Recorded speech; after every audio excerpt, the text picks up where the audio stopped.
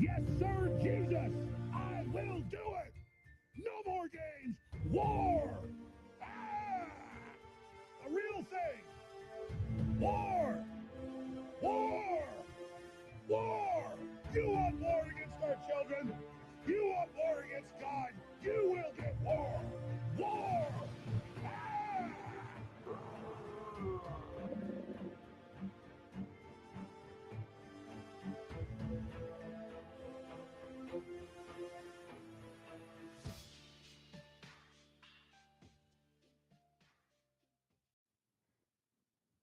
2 billion years ago, that big horrible thing, bigger than mountains, left the planet, the dinosaur. Your children, your children, your grandchildren, they feed us that dinosaur.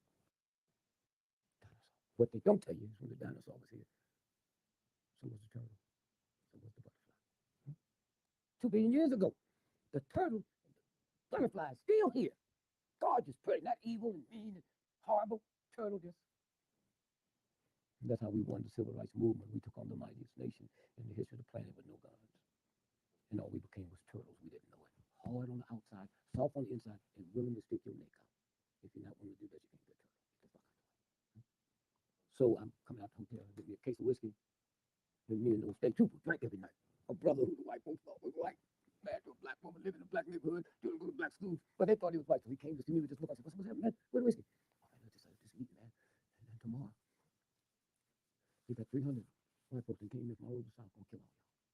And our job is to rope off the press,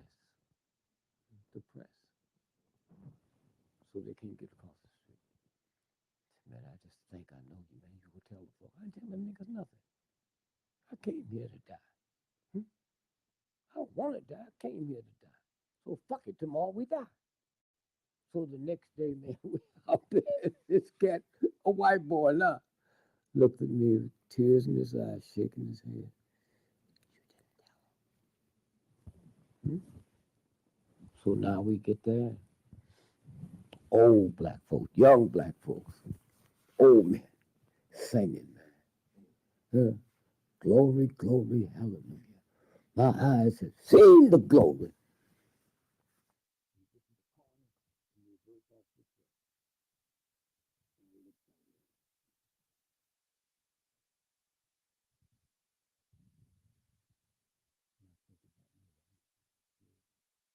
Fuck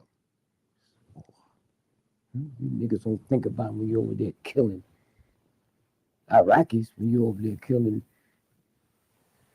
Vietnamese, and then come home and they got 4 stores on every corner and you can't get one. You don't see through that shit. Huh? You don't see through it? Huh? Exactly. And so now I see them. They got little pick handles, little rifles, axes. They come across, man. I sure didn't want to die. If I knew this gonna happen, I got me some little pussy before I left home. Okay. So then the people see him, and they keep singing, and they keep praying. They don't know what's going to happen. So all at once, I'm moving up to the front, man. Not that far, my son. He's marching in a march with us. The FBI came and stopped the march and said, Mr. Gregory, so-and-so's son just broke out of jail, and he's going to assassinate you today. Dallas. I said, well, did you talk to him? You talked to the colonel? So I'm walking, and my son, he's just out there playing with the women and laughing and playing. So next thing I know, he's right next to me. I said, hey, punk, what you want? He said, I want the right to die with you. My son, I want the right to die with you. Huh? Where you gonna get that from? I'm walking, and I don't know if the bullet hit me in the arm and I fall in the gutter. I don't know if to get one clean sweep. That's what I'm thinking about when this nigga walk up to me. What's wrong, son? Dad, I just want the right to die with you. Hear that coming from your son. Huh? Huh? Not how can we get home? I got a message. So I'm there. And I see these white folks shaking, get scared. These ones. A look came over their face, man. It's like I died and went to another planet. I'm looking at them. Huh? They dropped their pickaxes, man. This horrible look. 2 years I figured out what it was. Scared, you're willing to die but not to kill. Them crackers are the Spirit of God. That's where it came from. Not some hatchet talking slick niggas. That's where it came from. And we kept marching. And we kept marching. I wouldn't have seen that just being a fucking entertainer. Huh? I wouldn't have had my son come to me and said, I just want the right to die with you, Dad. Huh? Where did that come from? And lastly, I'd hang out with my mama till I had like her. But hang out. She's around rich white folks. Rich white folks. They got books that white folk can't have. I'm reading the story about Napoleon. The guy who was most important than him was the recruiter. There were no addresses, telephones. He went through the wilderness in between wars and got those folks. So he walks up on this lumberjack, man, and he almost is like a pimp seeing a good hoe. He foamed at the mouth, man. When he touched his muscles, so you know who I am, so everybody know who you are. He said, well, I just want to tell you thanks. I'm the #1 recruiter on the planet. I've never met a specimen like you. How old are you? 98. I just want you to know you now belong to Napoleon's army. Oh, I said, no, I believe in God. I don't believe in killing. I'm not a traitor to the state because I chop my timber and pay my taxes. He says, you didn't hear me. And so he's so outdone that this guy would tell him this in front of his men. He went crazy. He said, ready to fire squad. Ready, aim. And for the first time he saw that a human being can die more beautiful than a human being can live. And that went out. Now he really, that's before they had blindfolds. It was this old lumberjack that said, nobody won't you ever execute. And you can look them in the eyes. That shit ends now. Why? Because he said, heat the branding irons. He said, he's just trying to figure out his ego. Heat the iron. Ready the branding irons. So they'll give you the last time. No, I don't kill. So he took his hand and put on tree stump and branded it in. Said, whether you like it or not, you belong to Napoleon. Cracker got ready to walk away, and the old man grabbed him. Said, come back here. Boy, didn't I tell you I belong to nobody? Put his hand back on the stump, took his side axe and chopped it off. Huh? You motherfuckers gonna tell me something? Huh? Only one on the goddamn planet? I read that. Huh? Chopped it off. And the recruiter went crazy. And he's the one that left Napoleon's northern flank open, where he was defeated. One man. Fucking man. That's cool. And so somewhere, when we sit and we look and see, they all start off the same. They all start off the same. And somebody will see what you've been doing, not just this, other stuff. Some of it will be jive, because that's all they are, jive folks. But somewhere it slips through. You slips through. How did I know I'd find this in some rich white folks' house where my mother worked for? How did I know that little old punky son of mine would walk up to me and say, Dad, I just want the right to die with you. Wow. That's just that little bitty thread. The little thread. Yeah, you're planting seeds. Yeah. Some of these seeds are going to continue to grow. Yeah. No, it's there. It's there. Huh? It's there.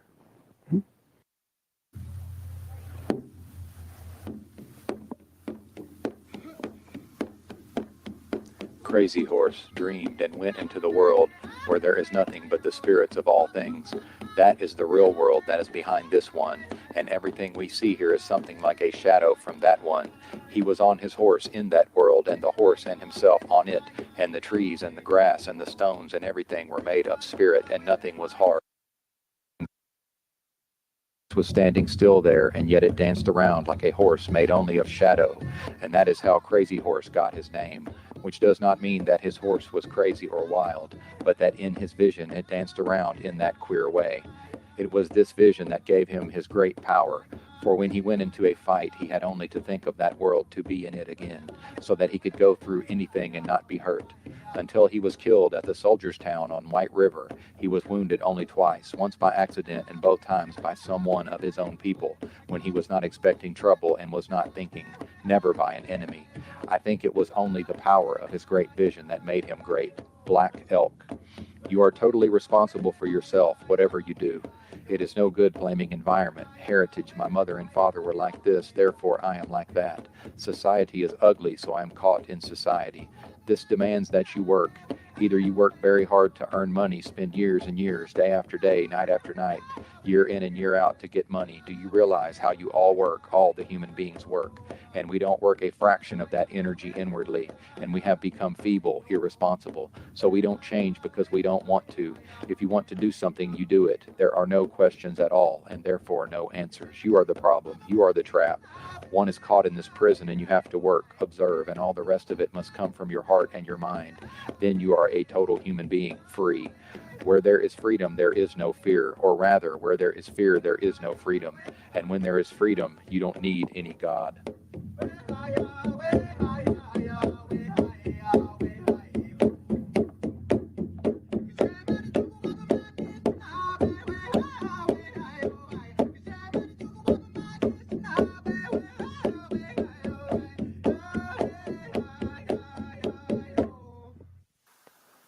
What's happening? Benton here. Thanks for joining me.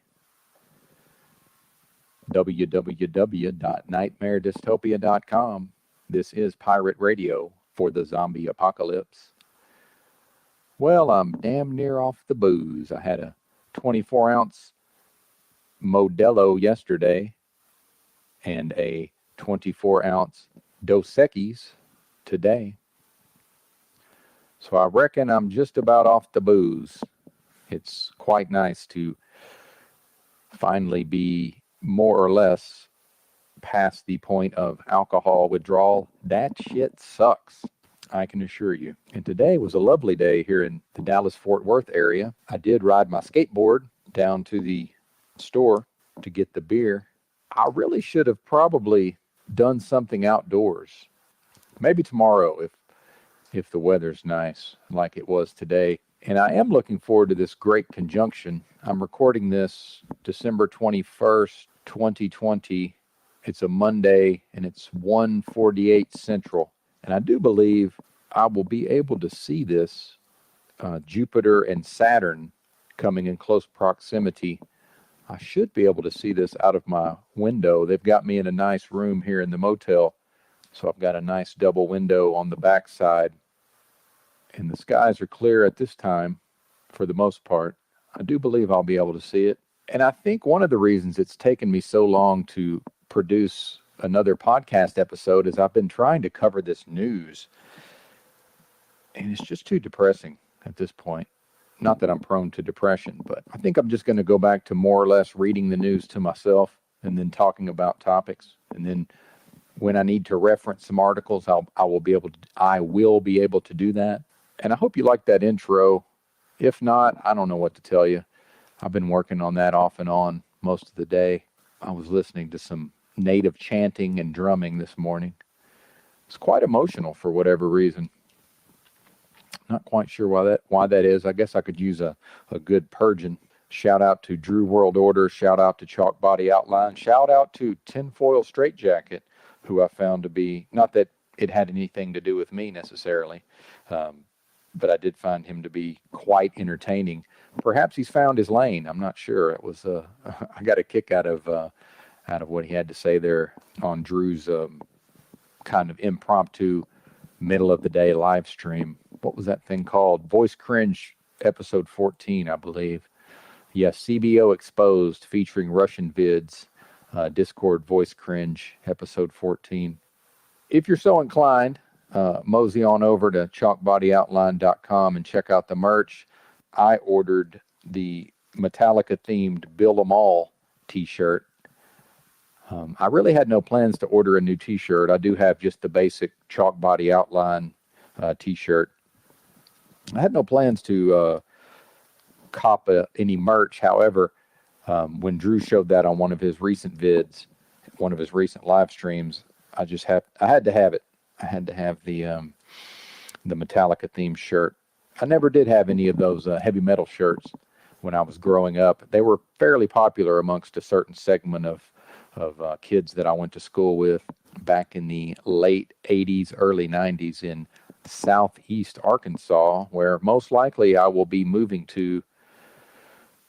It will be back to work in the near future. And I finally managed to order a new microphone and microphone stand, because that noise that you hear sometimes is the cord, because I have a wearable, like a headset microphone, but it's a $80 microphone. I mean, it sounds really good, except for that very annoying noise. So I went ahead and got me a microphone and a mic stand that should be showing up later this week. And hopefully my t-shirt shows up around the same time. I'll be able to pick them up, and I will be able to pick them up, at the same time.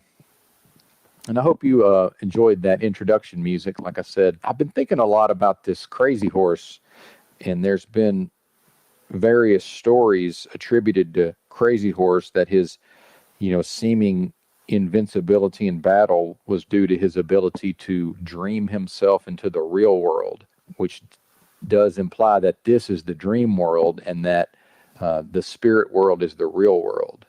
And I think there's a lot to that. I really do. And then that Krishnamurti quote that came behind it, I actually edited that a little bit, because that came from, that was from a talk he had given. And so I edited it for clarity. And I downloaded earlier, I found a torrent with all of his books, Jiddu Krishnamurti. Let's talk about him real quick. Jiddu Krishnamurti was an Indian speaker and writer. In his early life, he was groomed to be the new world teacher, but later rejected this mantle and withdrew from the Theosophy organization behind it. And it says Theosophy is a religion established in the United States during the late 19th century. It was founded primarily by the Russian immigrant Helena Blavatsky and draws its teachings from her writings. His interest included psychological revolution, the nature of mind, meditation, inquiry, human relationships, and bringing about radical change in society. He stressed the need for a revolution in the psyche of every human being and emphasized that such revolution cannot be brought about by any external entity, be it religious, political, or social. And I tend to agree with that. It says Krishnamurti was born in South India in what is now the modern day, something I can't read or pronounce. In early adolescence, he met occultist and theosophist Charles Webster Leadbetter on the grounds of the Theosophical Society headquarters somewhere in India. He was subsequently raised under the tutelage of Annie Besant and Leadbetter, leaders of the society at the time, who believed him to be a vehicle for an expected world teacher. As a young man, he disavowed this idea and dissolved the Order of the Star in the East, an organization that had been established to support it. Krishnamurti said he had no allegiance to any nationality, caste, religion, or philosophy, and spent the rest of his life traveling the world, speaking to large and small groups as well as individuals. He wrote many books, among them The First and Last Freedom, The Only Revolution, and Krishnamurti's Notebook. Many of his talks and discussions have been published. His last public talk was in India in January 1986, a month before his death, at his home in Ojai, California. His supporters, working through nonprofit foundations in India, Great Britain, and the United States, oversee several independent schools based on his views on education. They continue to transcribe and distribute his thousands of talks, group and individual discussions, and writings by use of a variety of media formats and languages.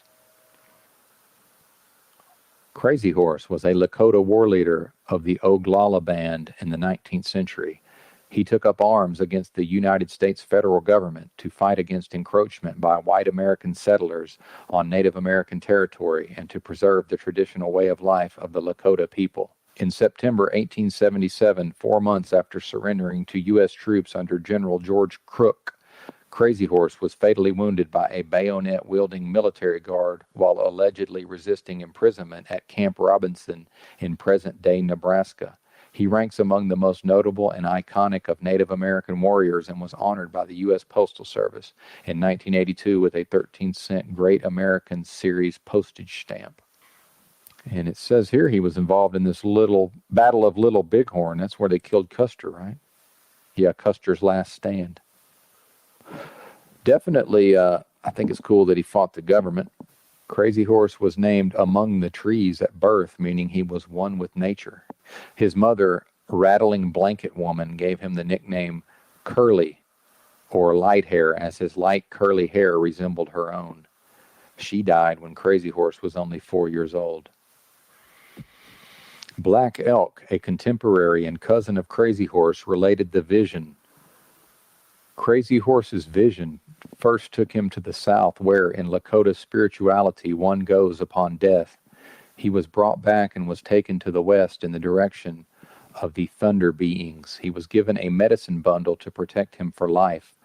One of his animal protectors would be the white owl, which, according to Lakota spirituality, would give extended life. He was also shown his face paint for battle to consist of a yellow lightning bolt down the left side of his face and white powder.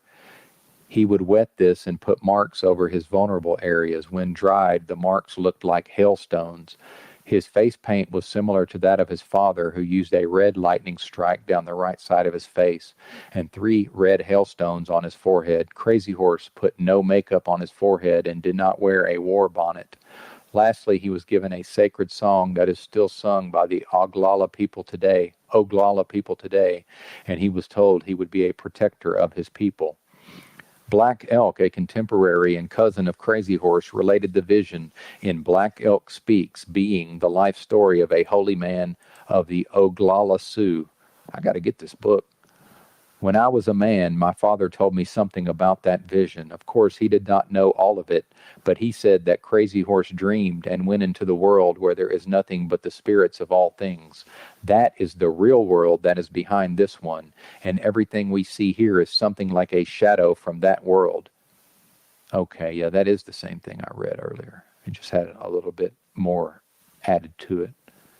And I really like that idea of the spirit world being the real world, and that this is a shadow of the real world. And sometimes I like to think of this as the dream world. It says here, Crazy Horse was known to have a personality characterized by aloofness, shyness, modesty, and lonesomeness. He was generous to the poor, the elderly, and children. In Black Elk Speaks, Nehard, the author, relays, he was a queer man, which I think just means unusual. I don't believe he was homosexual. He was an unusual man and would go about the village without noticing people or saying anything. In his own teepee, he would joke, and when he was on the warpath with a small party, he would joke to make his warriors feel good. But around the village, he hardly ever noticed anybody except little children. All the Lakotas liked to dance and sing, but he never joined a dance, and they say nobody ever heard him sing. But everybody liked him, and they would do anything he wanted or go anywhere he said. See, that's freedom to me. Like Krishnamurti was talking about, I don't think these people were living in fear, and it doesn't sound like anybody was really giving him a hard time. He apparently wasn't expected or required, to join in on the dancing, because it says all the Lakotas like to dance and sing, but he never joined a dance. And they say nobody ever heard him sing. But even still, he was well liked. And then I was in Walmart earlier today, and I have this bad habit of just talking out loud when I'm in Walmart or other stores sometimes. And, with everybody with their face masks and all this. And at one point I was just like, I had more freedom. I had more freedom when I was 10 years old. I could just get on my bike, and I had to go to school and church and all this, but when I was on my free time, I just grabbed my bike and go wherever I wanted. And I didn't live in the country. That was in the city, man. Now, it was a small city, but it was certainly an urban area. This was not out in the country somewhere. And now in 2020, it's like everybody wants to tell me what to do. I mean, I just don't get it. I mean, I guess I do get it. NightmareDystopia.com, after all. And I enjoyed this book. It wasn't about Crazy Horse, but I think he's in there. I think he's mentioned in the book, if I recall correctly, this Empire of the Summer Moon. But then on the Amazon reviews, a lot of people were critical, saying it was like racist, lefty propaganda, and that a lot of it was inaccurate. But I don't know. I enjoyed the book. It was mostly about this guy, Quanah Parker. And there's a little town called Quanah in Texas that I've driven through several times. Quanah. And he was half native, half, his mom was white. A white lady who was captured, by the natives, but then she eventually was returned to the whites, and actually she wanted to go back to the natives. Can't remember her name. Like Cynthia Parker, I think. Something like that. And it said here that he had his own song. So I want to see if I can find that real quick. Honor song for Crazy Horse. 420.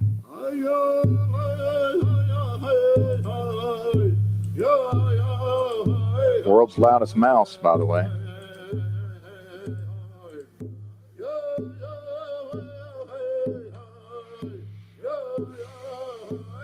Crazy Horse Singers. Crazy Horse drum song.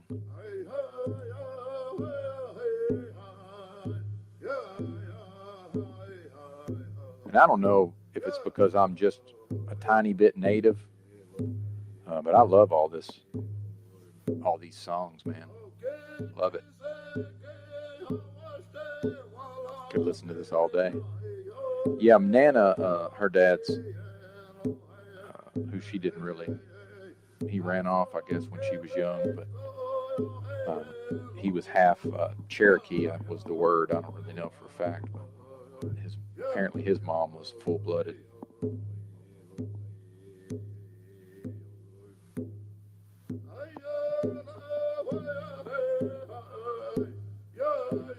Let's try this Crazy Horse Singers, Crazy Horse drum song.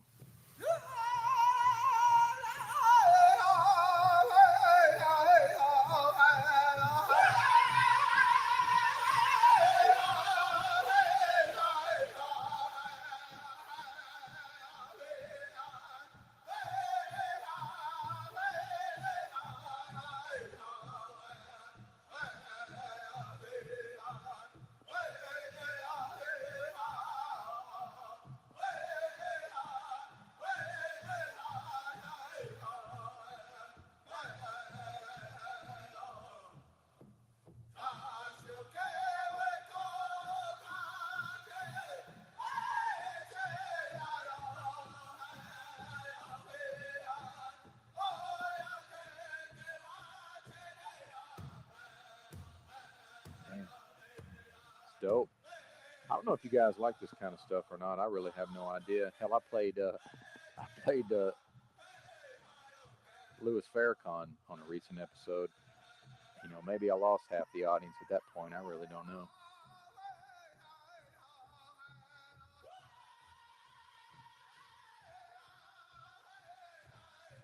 Well, they're getting it.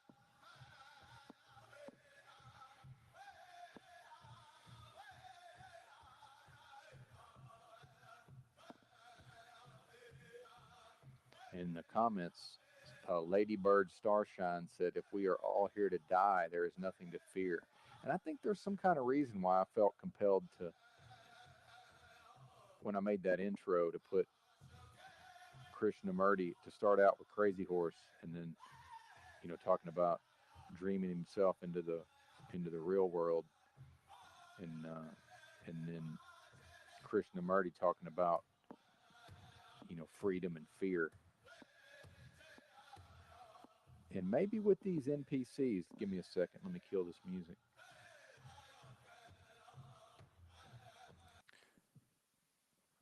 So something I brought up, I did this bonus episode. So if anybody's interested, www.nightmaredystopia.com/bonus.mp3, and I recorded that in reaction to a members only, a chalk body outline members only. So it won't completely make sense, if you haven't listened to that one. It was the problem with freedom with Layla as the guest, and I found it to be interesting. An interesting discussion. Unfortunately, and I caught it live, but the live chat wasn't working. Fucking Google, right? So yeah, I did a bonus episode, in reaction to that one. So if you want to check that out. But I mentioned I brought up Alex Jones and how does he have all this unlimited bandwidth? Because when I go to download a video, it's like 3 gigs, but then we all more or less became acquainted with each other through YouTube because we're not trying to pay for bandwidth, and it's a good, obviously it's a good way to garner an audience and all this. But now that Alex Jones, he's had an audience for quite a while, I always wonder like who's paying for this bandwidth. So I just assume he's MK Ultra, CIA and all this.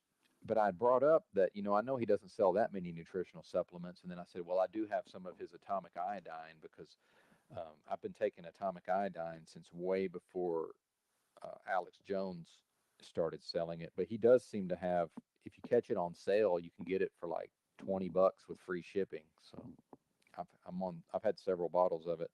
I've gone through several bottles of it. I just take like 3 drops a day, just like 3 drops in some water of his atomic iodine. And I want to talk about atomic iodine, the pineal gland, and then psychedelics, because I've had 3 psychedelic trips in my life, but I believe my first one I was 35 years old, so that's probably atypical for someone to trip for the first time at the age of 35. And then I wanted to get into these binaural beats a little bit too. And I think the main reason I want to talk about this is this idea of the spirit world and the real world, the juxtaposition, and that thing with Crazy Horse that's been in my mind for a while now, and I knew it was a concept I wanted to work with, but I haven't quite figured out how to get there. So I had heard in my research and just reading and taking in information over a period of years.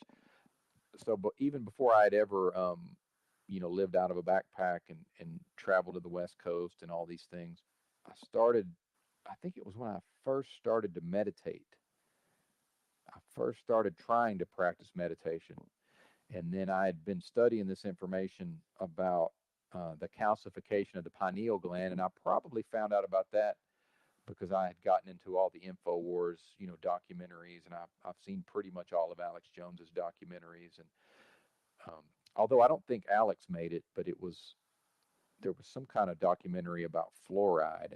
And I think they talked a lot about the calcification of the pineal gland. And then the more I got to doing research, I found out that if you take atomic iodine, or what they refer to as nascent iodine, that can actually begin a process of decalcification of the pineal gland. And they used to give us, when I was in elementary school, the teacher would pass out these pink tablets, and the teacher would say, chew these up, and then wherever there's spots on your teeth, those might be cavities. So then we'll send you to the dentist, I guess was the presumption. And then what I came to learn is that was fluoride. They were giving us fluoride tablets. And then because my parents had a decent income, they sent me to the dentist, not because of that, but I regularly went to the dentist, and for whatever reason, we always had a lot of cavities. Now that may just be because my family had enough money to pay for the fillings. I don't know, but I've got a head full of mercury right now, by the way.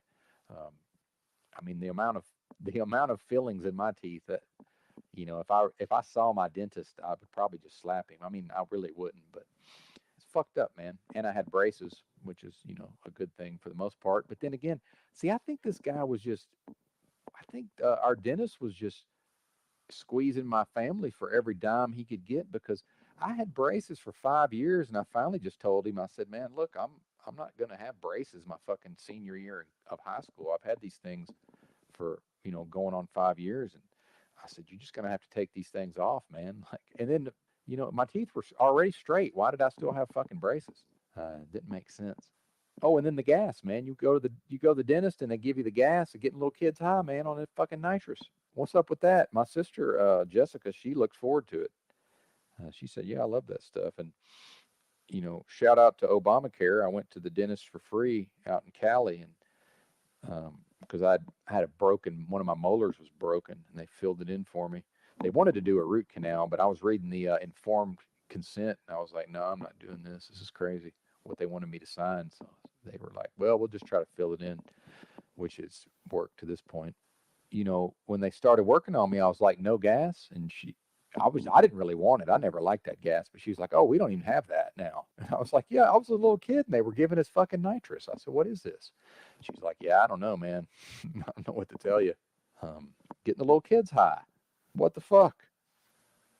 And then if you guys have ever seen that horrible movie, Little Shop of Horrors, I guess I was the right age when that thing came out with Steve Martin. And it was, I thought it was great back in the day, but that thing does not hold up at all. And, Steve Martin plays a dentist who's like all the time inhaling his nitrous. So I was a little kid going to the dentist inhaling nitrous, but then I got to go see a movie in which the dentist is inhaling the nitrous to get high. It's very strange, man, very strange. So I started taking the atomic iodine, and I knew that since I was trying to get the detoxification, that I was taking I don't know how much I was taking. I was taking quite a bit of it. Probably 20 drops at a time, maybe a couple of times a day, which is a lot. And certainly there's a detoxification effect on the body, which that mainly means you feel sick, headaches and maybe fatigue and all this. But, like I say, my research had indicated that what would happen is that the iodine would cause the fluoride to begin to be excreted through the urine. And I was big into this idea of decalcifying my pineal gland, especially because I was beginning the process of learning meditation, which I really need to get back into. I'm more into the breathing exercises these days, but although I know last year I was doing a lot of these ice baths where I'd buy some bags of ice, or actually this motel I'm staying in, they've got an ice machine where you can actually just fill up an ice chest. But and if you do decide to take an ice bath out at a motel, I will give you a hint. Even though the tub looks clean, there's fungus and mold and such in that tub, so you need to clean it yourself. Get some kind of cleaner and clean it. You don't want to get that on your skin, but as far as getting in the tub, but I mean that's as meditative as it gets. I've got somewhere I have a thermometer, and I'd fill up the bath. Put the ice in the tub and then run the water, and really, I guess 45 to 55 degrees Fahrenheit is what you're looking for. Right around 50, and then get in there. And in a tub, I can't really get, my entire body underneath, but, most of my torso and, my legs. Actually, after a while, I would learn to first submerge my lower body and then for a time, and then go under like with my, my torso and my arms. But it requires a lot of concentration to force yourself, into into that cold water. It does for me anyway. So, but back to the iodine, and I don't know if it's the iodine or the fact that my pineal gland was beginning to be, decalcified, or if I was just having personal problems. And that kind of started this thing where I began to really have trouble like functioning in normal society as far as like holding down a job, and which the economy was already bad. We were coming off the economic collapse at that time, but I definitely was starting to have these ideas of, like, well, I only need an apartment, to be able to go to my job, and I only need a car. Well, I only need an apartment so that I can be presentable for my job, and I only really need a car to go to the job, and I only need the job to pay for the car and the apartment. So I was realizing that I was stuck in like a triangle or a pyramid. So it's like, I have to have all these three things, or I can just get rid of all three. And I really do attribute some of that to to starting to take the iodine and the the decalcification of the pineal gland. And then the pineal gland is associated with the so-called third eye. If one believes in these concepts. I certainly believe in the idea of chakras and which is just energy centers in the body, you know, especially if we believe this idea that we're, you know, actually vibrating energy and all of this. And then, so at that point, I had never taken any psychedelics. And I'm bad with the timeline, so I'm trying to remember. But I think actually prior to that, had really gotten into these binaural beats. And just in case someone is not familiar, let me Google that. Let me Wikipedia that real quick. Binaural beats, Binaural. It says here, a binaural beat is an auditory illusion perceived when two different pure tone sin waves, both with frequencies lower than 1500 hertz, with less than a 40 hertz difference between them, are presented to a listener, one through each ear. So what that can do is actually alter our brainwave state. So it says here, some potential benefits of binaural beats therapy may include reduced stress, reduced anxiety, increased focus, increased concentration, increased motivation, increased confidence, and deeper meditation. However, there is no evidence supporting the beneficial claims of those promoting these supposed benefits. And I was really into those for a while. I don't necessarily recommend that at this time, because especially the ones I was getting off of YouTube, and there were some I actually paid money for, like off of Amazon, but especially the ones I was getting off of YouTube, it seemed to be something demonic about it. Now, maybe that was just my imagination, but I can assure you though that there's something to these binaural beats. So I was with my second wife, and I actually set up these stereo speakers, because this requires, you know, different tones in each ear. So I actually set up these stereo speakers and positioned them, you know, pointed towards our bed, and then I would play. You know, I actually had like a custom programmed, like 8 hours of, you know, custom binaural beats, so that, you know, kind of to coincide with a particular sleep cycle. I actually had one of her dreams one night, and somebody might ask, well, how do you know it was her dream? Because I've never seen visuals like that. And I'm one of these rare people that I'm not able to visualize. I have an inability to create a mental picture, although I do have a really good visual memory. If I see something, I'm really good at recalling it, but I can't use my imagination to make pictures in my head. And in fact, I used to think everybody was like that, and I've, you know, come to understand, no, most people are able to visualize. It's just that I'm not able to for whatever reason. So I immediately knew upon awakening, I said, that was her dream. And especially because I was in the dream, and it was not the way, it was the way she sees me. It wasn't the way that I see myself. It was really, I can't even say strange. And I attribute that to the binaural beats. And that only happened the one time. And then also, like, I was on the beach, and there was the, you know, the water, the ocean, and my ex-wife, my wife at the time, she was really into the ocean. And just the way, like the detail in the water, it was, I've never seen anything like that. So I know there's no way that was her dream. I had her dream. Now, did we both have the same dream, or did she have my dream? I actually don't remember what she told me about that. Or surely we talked about it, I would imagine. So then after I started going to the West Coast, at first I was going out in my car and just more or less just driving around the country, you know, having various experiences. And then gradually over time, I was able to learn how to hitchhike and learn how to backpack. And I just gradually, you know, was able to acquire the skills. And, you know, eventually, like, if you ever see these people with the gigantic backpacks, you know, a lot of them they kind of have a particular way of dressing. And then, you know, a lot of times they'll have the bandana around their neck, but, you know, like pre-COVID, you know, the bandana around the neck. And then, you know, a lot of times they have dogs, and they may be in like a big pack, or sometimes you just see them by themselves. And, you know, some of them ride trains, but a lot of them hitchhike. And I never did the train riding. I'm brave. I'm not that brave. And I've met multiple people that have lost limbs have lost a leg. I met like 3 different people that have lost a leg from train riding. So no thanks, not interested. And so eventually, you know, I became familiar with the West Coast and traveled the West Coast. And I mean, pretty much the whole thing. I haven't, you know, there's not much of an actual coast in Washington State, but I've been to Aberdeen, where where Kurt Cobain's from. Although I think I went there truck driving for the first time. So I've only been out west one time, and they sent me up south of Seattle, and then I think they sent me over to Aberdeen to pick up the load to come back. I'm pretty sure that's what happened. So in San Francisco, the San Francisco Bay Area, I got to be a fan of the Berkeley area. And, that's known as like the home of the free speech movement. Actually, let's Google that real quick. Let's go to Wiki.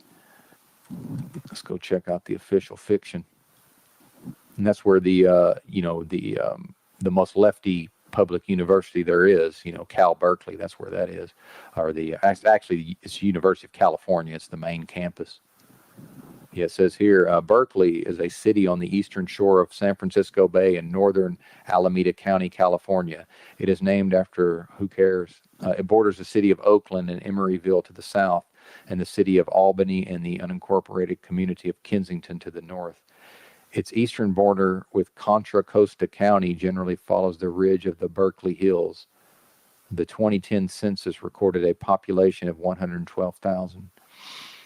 Berkeley is home to the oldest campus in the University of California system, the University of California, Berkeley. Berkeley is considered one of the most socially liberal cities in the United States, and also known as communist. And since it had this reputation of being like having a lot to do with the free speech movement, and then the whole, although it's in San Francisco, the whole Haight-Ashbury, peace and love hippie thing, it's actually very aggressive. Berkeley's a very aggressive place, or it was, when I was going there and visiting. Just aggressive in general. So let's see if it says something about the free speech movement here. Yeah, Berkeley is strongly identified. Well, let's go ahead and read this whole thing. 1950s and 60s. During the 40s, many African Americans migrated to Berkeley. In 1950, the Census Bureau reported Berkeley's population as 11.7% black and 84.6% white. The post-war years brought moderate growth to the city as events on the UC campus began to build up to the recognizable activism of the 1960s. In the 1950s, McCarthyism induced the university to demand a loyalty oath from its professors, many of whom refused to sign the oath on the principle of freedom of thought. And McCarthyism was that the so-called Red Scare, or like the communist witch hunt. And that's, by the way, McCarthyism is the reason why we're not allowed, air quotes, allowed to accuse anybody of being a communist. And that's why you hear people saying, that they don't want socialism, that they don't want America to become socialist. America's already socialist. We just, we don't have the parts of socialism that would benefit the people. We have the parts of socialism that bails out the banks and the corporations. That's what we have.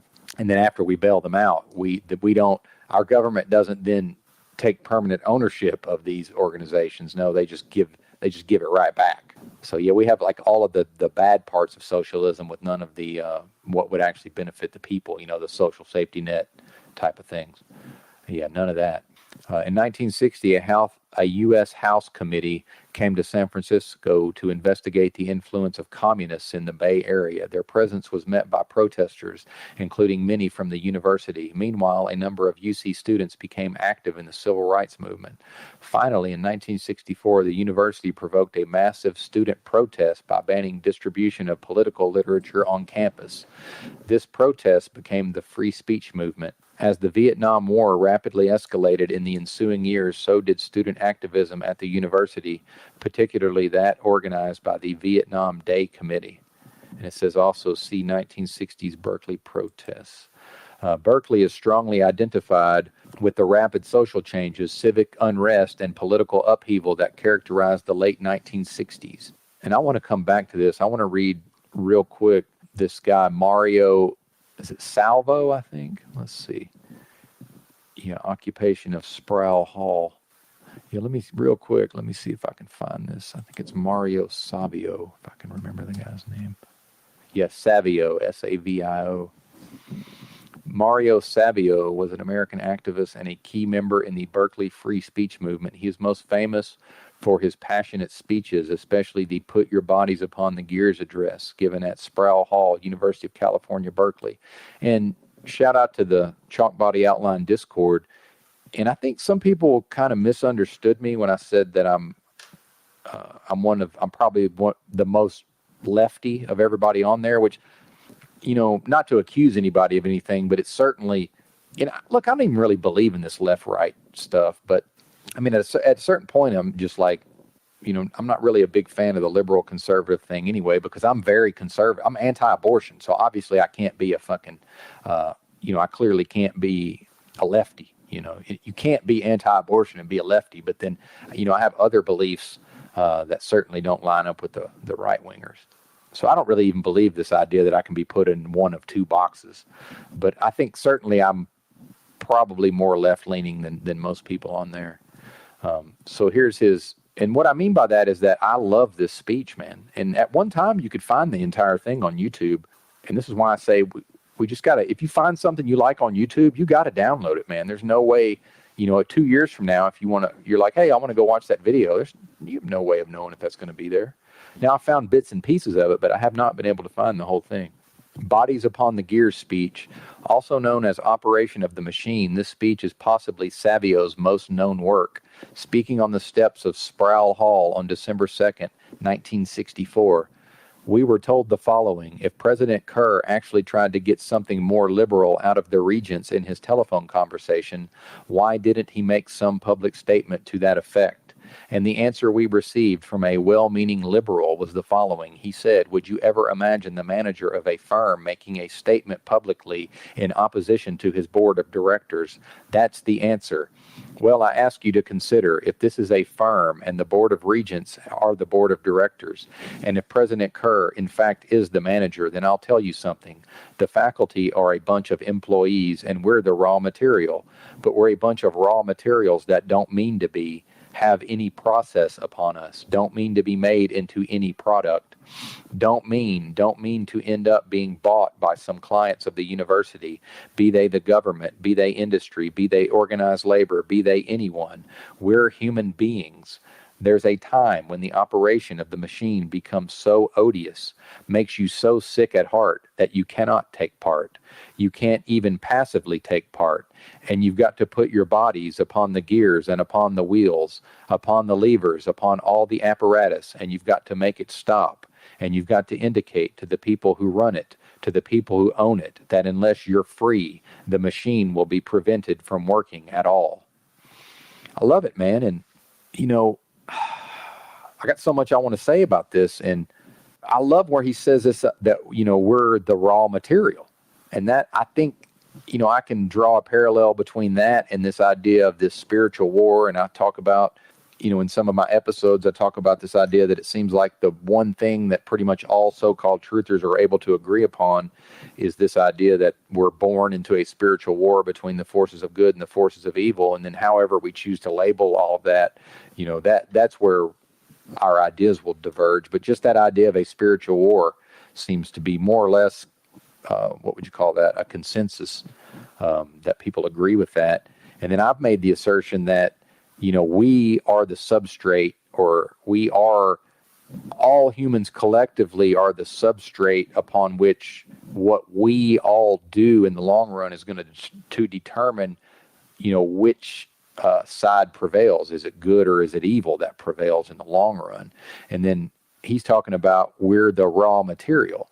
And he said, we're a bunch of raw materials that don't mean to have any process upon us, don't mean to be made into any product. And I really identify with that. And then and I think this is, look, he's talking about this in 1964, and now it's 2020. So when I think about my life in 2020, and he says there's a time when the operation of the machine becomes so odious and makes us so sick at heart that we can't take part. We can't even passively take part.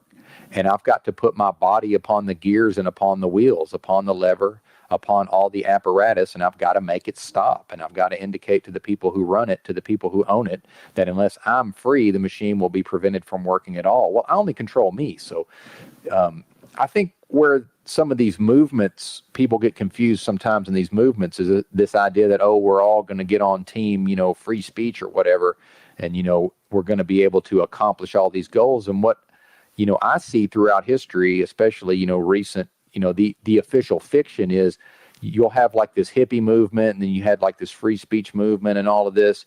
And then what ends up happening is that, the system is able to let's be honest, all this is actually originating out of the system. So by definition, it's serving the system, right? But, let's just assume that, the hippie movement actually, which it probably didn't, but this all originated, based on, human beings taking psychedelics and then deciding to live a different way. But then in the long run, the system was able to thwart those efforts to actually transform society. So the movements, they crop up and they get traction and they seem like they're accomplishing things, but then in the long run, the system is able to thwart and to turn and to twist those movements to where in the long run, they actually end up strengthening the system.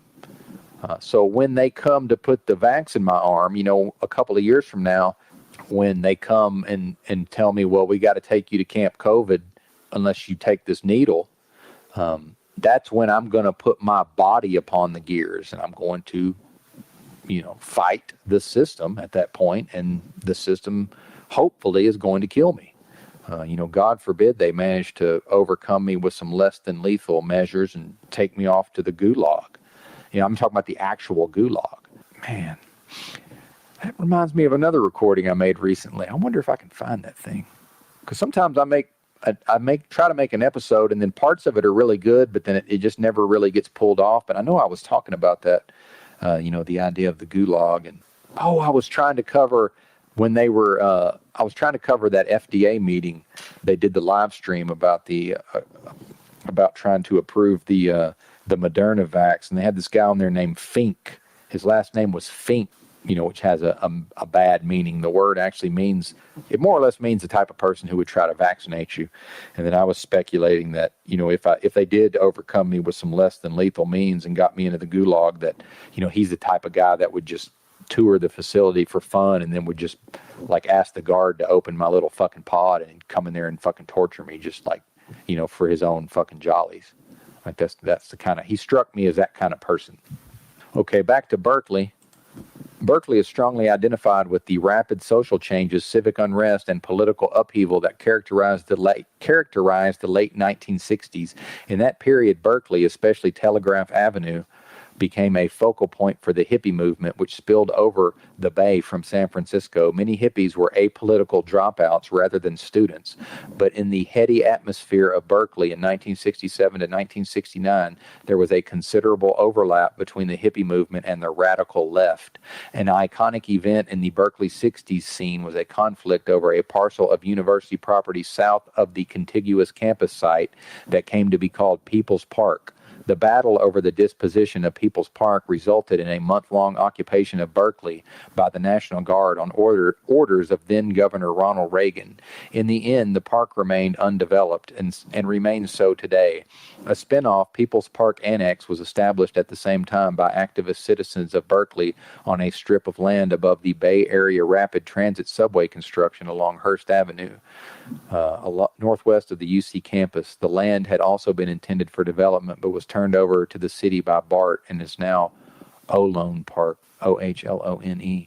The era of large public protests in Berkeley waned considerably with the end of the Vietnam War in 1975. While the 1960s were the heyday of liberal activism in Berkeley, it remains one of the most overwhelmingly democratic cities in the United States. Communist is really, I don't think everything democratic is communist, but because of, much of everything we think of as Republican, I would say by now it's also communist.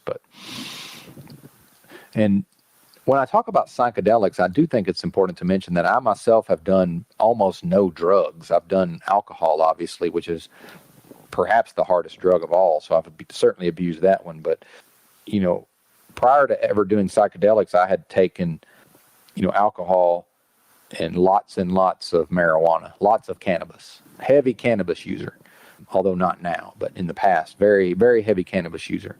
Other than that, never done meth, never done cocaine, never done any sort of opiates, except when I had my wisdom teeth cut out and I took whatever it was they gave me, I don't even know, and I said, this is horrible, I'm never taking these again. I hated it, just never into drugs for whatever. Well, it's because a mind control cult brainwashed me or inoculated me against abusing drugs, more or less. But from researching psychedelics, I became interested in psilocybin mushrooms, magic mushrooms, and I even attempted to grow them at one time. And I'm pretty good at like learning a multi-step process and then doing it properly. So I think what happened is I bought my spores online, and I think I waited too long. I think they went bad, or they were just no good to start with, because I'm pretty sure I did the process right.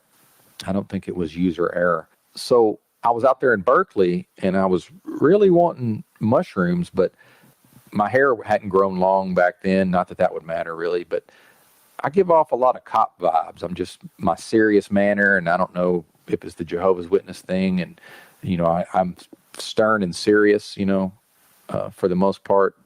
I guess I come off that way. And it's difficult for a person that's, a clean-cut white guy, who people think might be a cop, to actually buy mushrooms on the street. It's very difficult. So I gave up on just trying to ask people, hey, can you get shrooms? And then I was just walking in Berkeley at like 2:30 in the morning. This is before I would go to bed, super fucking early like I do now. And I heard somebody go, mushrooms, I got mushrooms. And I think they said like $20 or something. And I said, or it's like, who needs mushrooms? Or I don't remember what the guy called out. And I was like, right here. And I bought an eighth of mushrooms.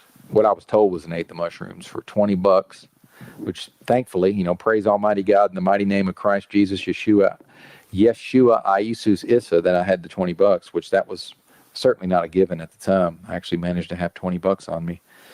And I think I still had my car back then, actually, now that I think about it. I believe I'd parked it at one of the parking garages, and then just took the train over to Berkeley, I think.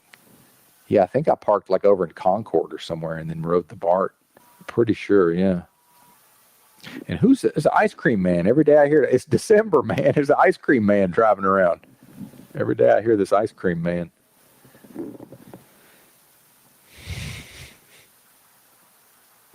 And I did not eat them right away. I wanted to prepare myself mentally, and I'm trying to remember if I soaked them in lemon juice. I'm pretty sure that my research had indicated that soaking them in lemon juice, something about the citric acid was supposed to help the process. And maybe because I'd known, my research said, well, most people get sick and a lot of people throw up. But then other people said, well, the vomiting is usually because people have eaten. So they said, you really just, if you do like a 12-hour fast before you eat them, you'll get the stomach ache, but you shouldn't vomit.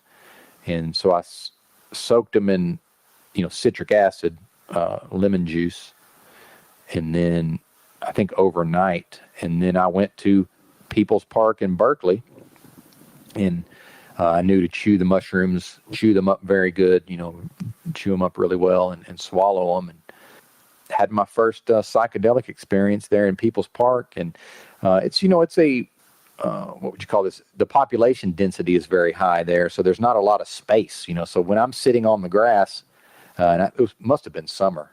It would have had to have been summer. Lovely weather, So I'm sitting there in the grass in People's Park, like waiting for the mushrooms to kick in. There's people fairly close to me. Now, one of the great things about this was, we talk about with psychedelics that set and setting has a lot to do with it. Now, because I think I'm a cool kid, I wanted to be able to tell people that, oh yeah, I ate, and ate the mushrooms in People's Park, which who cares? But at the time, I guess I was into this idea of, this is going to be some great fucking story I can tell people. But, now looking back on it, I'm like, well, who really gives a shit? But although considering that if I was going to I should have just went and got in my car and drove off into there's redwood trees, man. I should have went up into the redwood forest. Like if you've seen that movie, one of the first remake of the Planet of the Apes, and I think they leave San Francisco, they go to into the redwood forest. It's just right there, man. There's like a redwood forest. Why I didn't just go up there? I guess got to be a cool kid. But so that was the only drawback, was there was people around. And then so right as they were kicking in, the guy who had sold them to me wandered by, and he was like, hey, how'd that work out for you? Because I think I told him it was going to be my first trip, and I was like, oh, that's going on right now. And then he tried to talk to me, and I just put my finger up to my lips. And one great thing about that area is psychedelics are so prevalent and people are so educated on them. Like, seems like most people they understand to just, oh, that guy's tripping, just leave him alone. Don't, he'll come interact with us when he's ready, I guess. And, I don't know that I'm sure I got taught some lessons. It's been so long ago. I guess that was 10 years ago now. I remember some of the trip. There was this, like a mural. There was a lot of, on the bathroom there, it was like a mural with like I guess like a communist workers party, like a, unions and, workers' rights theme. And then like a big theme of like, women, just women's plight, in general in the world. And while I had observed these murals, those murals really seemed to take on a great significance to me. And then I really noticed like, I could really had a sense that like the trees and the shrubs were alive. And I really noticed for the first time, although I was familiar with the area by then, and I'd spent a decent amount of time actually in People's Park, because I just thought it was cool. As a kid coming from Arkansas, it's something, I'd actually heard about, People's Park in Berkeley. It's kind of a famous thing. Because like I say, I was born in a time warp in Arkansas. And then, so the hippie thing, and by the way, there's a head shop in our family that my grandmother actually started this, a head shop in Arkansas in the 60s, and is still in business. And so it was designed, the visuals, it was based on a store, I guess she had visited in San Francisco, presumably. Oh, well, yeah, I think that's why I kind of maybe knew a little bit more about it than the average person, I grew up around a lot of hippie memorabilia, I guess, just posters and, accoutrements and such, right? There in the head, not that I grew up there, but my grandmother actually lived in the back of the thing. So I spent a lot of time there, I should say. So what a bizarre experience, raised in a mind control cult and going, the super conservative, Jehovah's Witnesses, but then I'm spending a lot of my time in a literal head shop that sold drug paraphernalia, and then later on sold sex toys and like Iron Maiden posters and black light posters and all this stuff. Bizarre. And fucking freebase pipes. Crazy, man. Fucking crazy. What an experience. And I'm not condemning any of that. Look, I'm for freedom. Do whatever you want as long as you're not hurting anybody. You can smoke all the freebase you want. I don't give a shit. And apparently my family will help you. How about you? And I noticed the trees, the shrubs were alive. And I really noticed for the first time that they appeared to be like carefully chosen and placed, in specific places, like for their visual appeal, and that I could tell, I know almost nothing about trees and shrubs and such. Like I couldn't tell you. I know a pine tree, that's about it. But maybe, and I might be able to spot an oak tree. I couldn't tell you what kind of oak, but I guess cedar from being in Austin. But, I really noticed, okay, these probably are not from the area. Like people actually brought these, this type of shrubs and these type of trees, specifically to have like a visual appeal, and, probably had some emotional experiences and such. I really don't remember. It's been so long ago, but I could certainly tell that there was some sort of, benefit. And then Johns Hopkins supposedly did this study that, even one like powerful psychedelic experience has like a lasting effect on somebody's like positive outlook and all this. So then I don't know what period of time passed, but eventually I spent quite a bit of time at this. It's hard to explain what this thing is, but it was in Ashland, Oregon, which is a really cool part of the country, and in Southern Oregon. And it gets hot as fuck there in the summer, but then it'll drop down to like the high 30s at night. So I've had days where it's like 100, and then it'll get down to like 40 at night. Interesting. Eventually I was able to come up with 5 grams of, actually a quarter ounce of mushrooms. I stayed there long enough. It wasn't a commune. It was actually like a springs. They had like a natural hot spring there, and they had built like a spa, and had like a sauna and a steam room and like a swimming pool, and you can go get in the, but it wasn't really hot springs. It was like, because I've lived in Hot Springs, Arkansas. That's actually like 130 degrees. This was like warm, like a warm spring, right? So like a spa, but then you could go there and camp, and you could do like tent camping, but then they also had like spots for like RVs, but then they had just, regular like trailer homes that people lived there and I guess paid like a monthly fee. It's a very interesting place. Me and my second wife spent quite a bit of time there and really enjoyed it. And we were both really into cannabis at the time, and cannabis was legal there. Although I don't think they had not yet gone recreational in Oregon, but it was easily obtainable, and there was a lot of festivals. They'd have festivals there at the more or less a trailer park with a spa, I guess is really what it was. And then eventually we got to where we were doing like work trade, so we didn't have to pay, because we were paying for the camping. Like I think I spent like $1,200 just camping. This is expensive, man. It was like, so eventually came up with like a quarter ounce of mushrooms, and I didn't quite eat the whole quarter, but again, soaked them in the lemon juice overnight. And since I'd done 3.5 grams the first time, and then I wanted to shoot for about 5, because by then I knew that Terrence McKenna said, 5 dried grams, that's like the heroic dose or whatever. So it was at least 5. I mean, it might have been closer to 7, because who knows how fat this sack was that they gave me. And nobody has scales, of course, so I have no idea. Or maybe I did weigh it. I really don't remember. It's been a while. So, and they have this awesome and I love parks. I'm a big park guy. Like I love Golden Gate Park in San Francisco, just as a park. Not, it's right there by the, Haight-Ashbury also, but it's a really cool park. Well, there's this Lithia Park in Ashland, Oregon. So, I parked, there in Ashland, and first thing in the morning, like 6 a.m., got down there, again, fasted 12 hours, ate the mushrooms. But there I was it's a beautiful park, man, beautiful. And, was able to find a spot where, people would wander by, but I was more or less, able to be sequestered. And I do remember that trip was very intense, and it lasted a long time. And the main thing I remember from that is, I don't know exactly what I worked through, but I think a lot of it had to do with like reconciling things from my past, maybe having to do with the Jehovah's Witness thing. I don't really remember, but I know it was like I was sitting, and through the meditation by then I was pretty good at, I can sit Indian style with a straight back, for extended periods of time, even to this day. Although I never got to where I could quite do like a lotus. I'm not that flexible, I'm not flexible at all, really. And I had this, it was like I was sitting where I was sitting.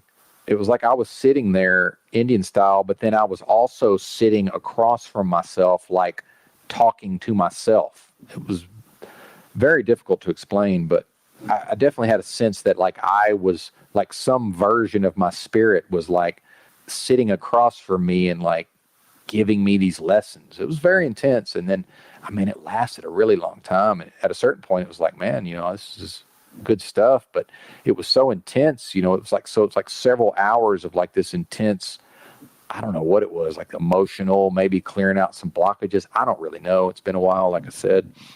I could tell, though. I knew, I was like, okay, this is going to be very helpful in the long run. And then I also had been told, and I should back up. So I'd done enough research by then, because I don't just willy-nilly fucking do some psychedelics. Like, I'm going to research it. So because I was hanging around with all these hippy-dippy people, actual fucking hippies, I got this idea, well, what you want to do is set your intention. So I knew about the set and the setting, but then there's like, okay, you really want to set your intention of like what you're trying to get out of this thing.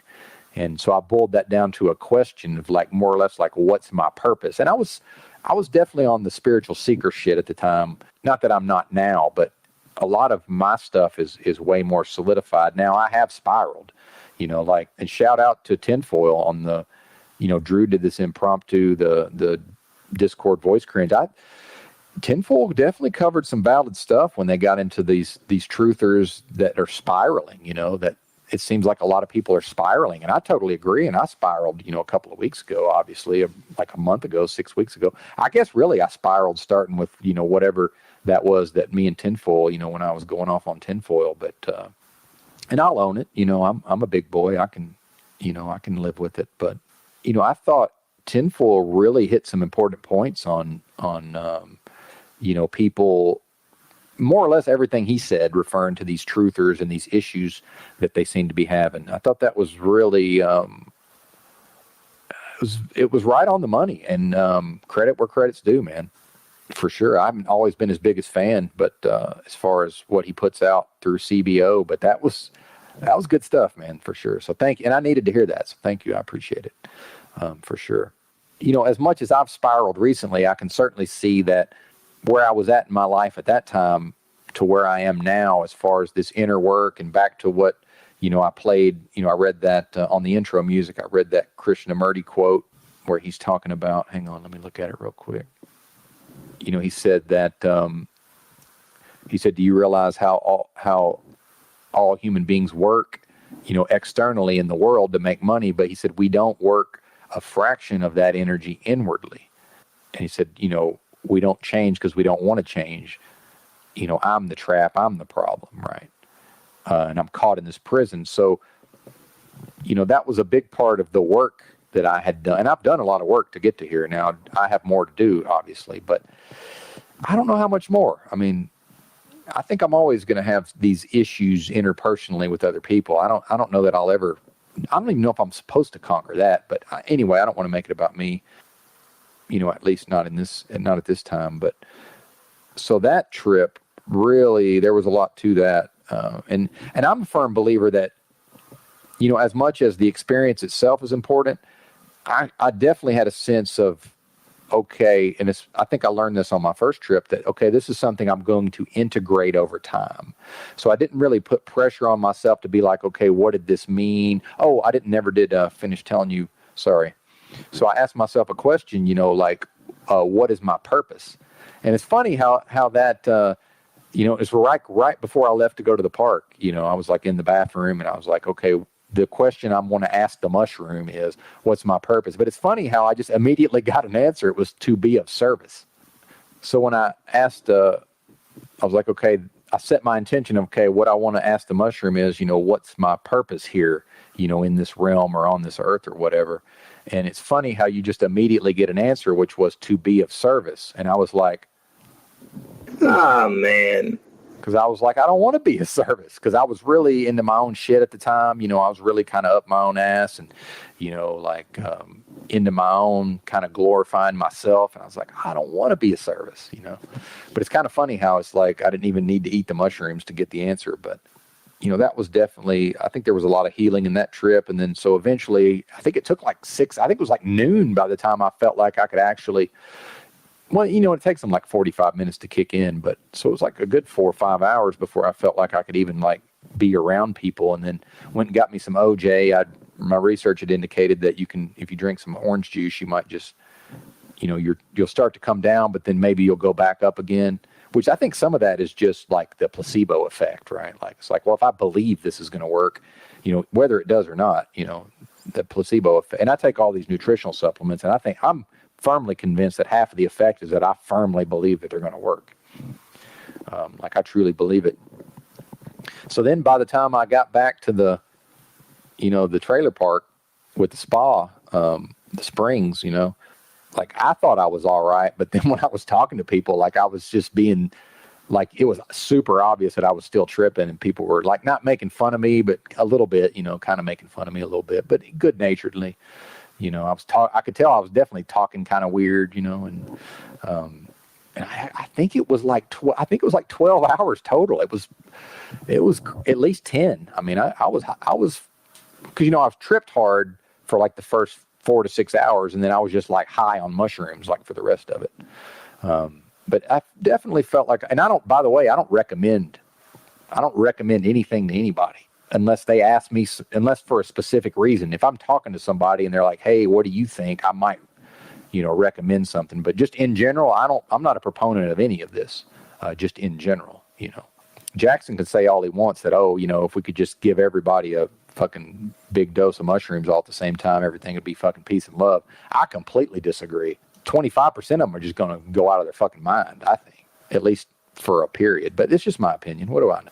And I've only done the mushrooms twice. That's it. I think I ate, like somebody had some, and I think I ate just like a small amount one time, but I'm not into the microdosing. That's just not my thing. So, and then somebody had given us like this, what they called like wash from LSD. I don't even know what that means. I'm not into LSD. I'm kind of scared of it. I've never I've researched it. It's never appealed to me, the idea of taking LSD. So, but we did do like this small amount and just didn't really do anything. But I could tell, that I was on something. And we were on the beach and watched the sunset. So that was kind of cool, but no biggie there. And for me personally, I just don't have almost no desire to take psychedelics like for entertainment purposes. Just not into it. But I don't think there's anything wrong with it. If somebody else takes them for fun, go for it. Some people, want to eat a couple of grams, eat like 1.5 grams and like fucking watch TV or whatever, or watch a movie. Like I'm not opposed. I don't want to do it. I'm not one of these people that's like, oh yeah, that's not what it's for. It's like, how do you know what it's for? So then, and I've more or less just learned that there's no version of me like just trying to go out and get mushrooms. It's just never going to happen. So, hopefully some will find me soon, because I can tell I'm overdue, man. I need a trip. But now there have been times where I've ran into somebody and just they had a small amount. Like I need at least, I don't want to do less than 5 grams. I just don't. That's just me, 5 dry grams. And I don't trust myself to try to go, pick them somewhere. When I was on the West Coast, I knew that I could go find them somewhere, but it's like, I don't trust myself, man. You can actually get poisoned, and I'm not into that. Although I guess I just trust whoever's selling them to me, right? Funny how that works. And I think I found some one time I guess that was in Washington, and I picked them, and I was pretty sure they were psychedelic, and then I put them in my pocket and forgot about them, and they kind of got ruined. So then I was in Slab City out in the desert, out there by the Salton Sea near Nyland, California. And there was a fella out there that was making DMT crystals. And then I guess he fancied himself a shaman. He was a young kid too. He was in his 20s. I can't remember his name, but so he was blasting people off, and he offered it to me. But my thing is, I'm not going to just willy-nilly take some fucking DMT. Like, I needed to really, if I'm not sure, I'm just going to be like, no, man, So then I thought about it and really like set my mind to it and just decided, okay, if he offers me again, then I'm going to do it. And then, at some point, I don't know what period of time it was, he just brought it up, and I was like, hey, if, I'm down, this time. And he tried to say, he was trying to be like, well, since you said no before. I said, no, man, I'm ready. He's like, all right, right fucking now. And I just got up and we fucking went off, to this area, kind of like a lounge area. It was, because people just like build their own camps out there. So, and it doesn't rain much. So this, had like a half-ass roof, but it was just kind of a circle, like around a campfire, and, with some, like a seating area. And I guess that's where he'd been taking people to blast off. And I was a little nervous, but I had committed myself to it, so I knew I was going to do it. And I guess my wife, I think we'd actually divorced and we're still dating, which is not a good idea, but I'm bad with the timeline. But yeah, once you divorce, don't keep dating. That's a bad idea, just in general. But I don't give advice, so hell, maybe it'll work out for you. I don't know. But so then I think she went after me. So I guess the way you do it is, because he fucking gets it hot, and you have to take like 3, you got to hit it really hard like 3 times. And some people say, and see, I had this experience, and I might mess this up, but if anybody's smoked DMT, they'll probably know what I'm talking about, where after I did it, it seemed like I had actually had a dream, like I dreamed the trip before I had the trip. But it's been a while, and I'm not completely sure how it's kind of disorienting, but it was almost like I had a dream the night before about what my trip ended up being. It was very strange. Hard to explain, but I think somebody that's done it might understand what I'm talking about. And then I had some sort of experience where later on, my memory of like what happened right before I blasted off, I had some kind of like deja vu thing where I had thought something had happened, and I can't remember the specifics, but it's very bizarre, man. Very bizarre. And so they had told me, you got to keep your eyes closed like the whole time, which of course I don't know that anybody does. I didn't, but I did keep my eyes closed for quite a while. And so when I first blasted off, and I guess I just sat back into this chair with my eyes closed, I had like the fractals or whatever, like the colorful geometric patterns I saw, in my mind. And then I've heard of these DMT elves. I saw something that looked like fucking elves, man, but very cartoonish, like with these long noses and like long feet and just like grinning. But it's hard to remember. And again, I'm not good with the visuals, as far as, I don't make mental pictures, generally, so, or really at all. So, although I do tend to remember the visuals, so that's my memory of it, was some kind of just weird looking fucking, not even, more like a troll. I mean, I hate to say that, but, and then it's like they were trying to talk to me or something. I'm not really sure. And some of this, I don't want to, I'd actually read about a bunch of people's trips. So I don't, I'm not want to remember something that was just how I read somebody else's trip. And I don't know, I'd heard people say that, people, take all this time to go into this realm, and then there's these beings that will interact with you. But then, and at the time I wasn't on this. See, I had yet to have my baptism in the. See, I probably wouldn't do DMT again. Honestly, I would definitely do mushrooms again. But, I wasn't on the. I hadn't had my and I'm not a Christian, by the way, but I hadn't had my baptism in the Holy Spirit yet, and my, direct experience of Christ and all this hadn't occurred yet. So, I was very much into occult things at the time. I hate to say it, but I really was, and not that that's for me. It's bad. I should say in my life now, I'm not. That's not what I'm into, but I was at the time. And so I was like, people had said, it seems like there's these beings that want to communicate, but then they said they get frustrated because like so many people just come there and they're like just trying to giggle and think it's all funny. So I don't know if I asked them a specific question, but the message I did receive, I think I just said, hey, like, I want to receive a message or something like that. And the message I got was, I don't remember the exact words, but it was more or less be kind to the children or treat the children well or something like that. Something along those lines. And then at a certain point I opened my eyes and just like, dude, like the camp area I was in, it was super fucking bizarre, man. Like the smoke coming out of, like, there was a little bit of a campfire going, just like the embers, and the smoke. It was like it was just going like right up my fucking nostril, like almost like a cartoon. And like there was like fucking, Hamburger Helper or whatever, like an off-brand Hamburger Helper box, and it was just like super fucking weird looking, and they say it only lasts like 10 minutes or whatever, but that was intense, and that was definitely, I could tell, okay, this is going to be several weeks integrating this thing. Like I'm good at not trying to, I don't get married to this idea of, I have to like try to examine each little bit of this experience and extract something out of it. Intellectually, I'm more or less, I'm comfortable just, okay, whatever I need, to get out of this, I'll be able to get it. And I'll just be patient with myself, more or less. So yeah, I don't think I would do DMT again because, just on the chance these are like some sort of evil entities, but they're telling me to be nice to the children, but they're also almost like they're laughing at the idea that this world is so mean to children. But it's like, oh yeah, be nice to the kids, you fucking horrible person who's creating a nightmare dystopia. But I didn't think that way back then, and thankfully I've never done nothing to no kids. Some came on my property one time and got near. My dad had this real nice car, and they were like playing right by it, like in my garage. Like, it's their parents' fault really, but I got a little shitty with them, and kind of barked at them. But and I made fun of my brother-in-law's kids one time. Just kind of mean-spirited, made fun of this kid who was like 7, which I still feel bad about that. I don't know why I did that, but that's it, man. Other than when I was a kid, as an adult, I've never done nothing to no kids, man.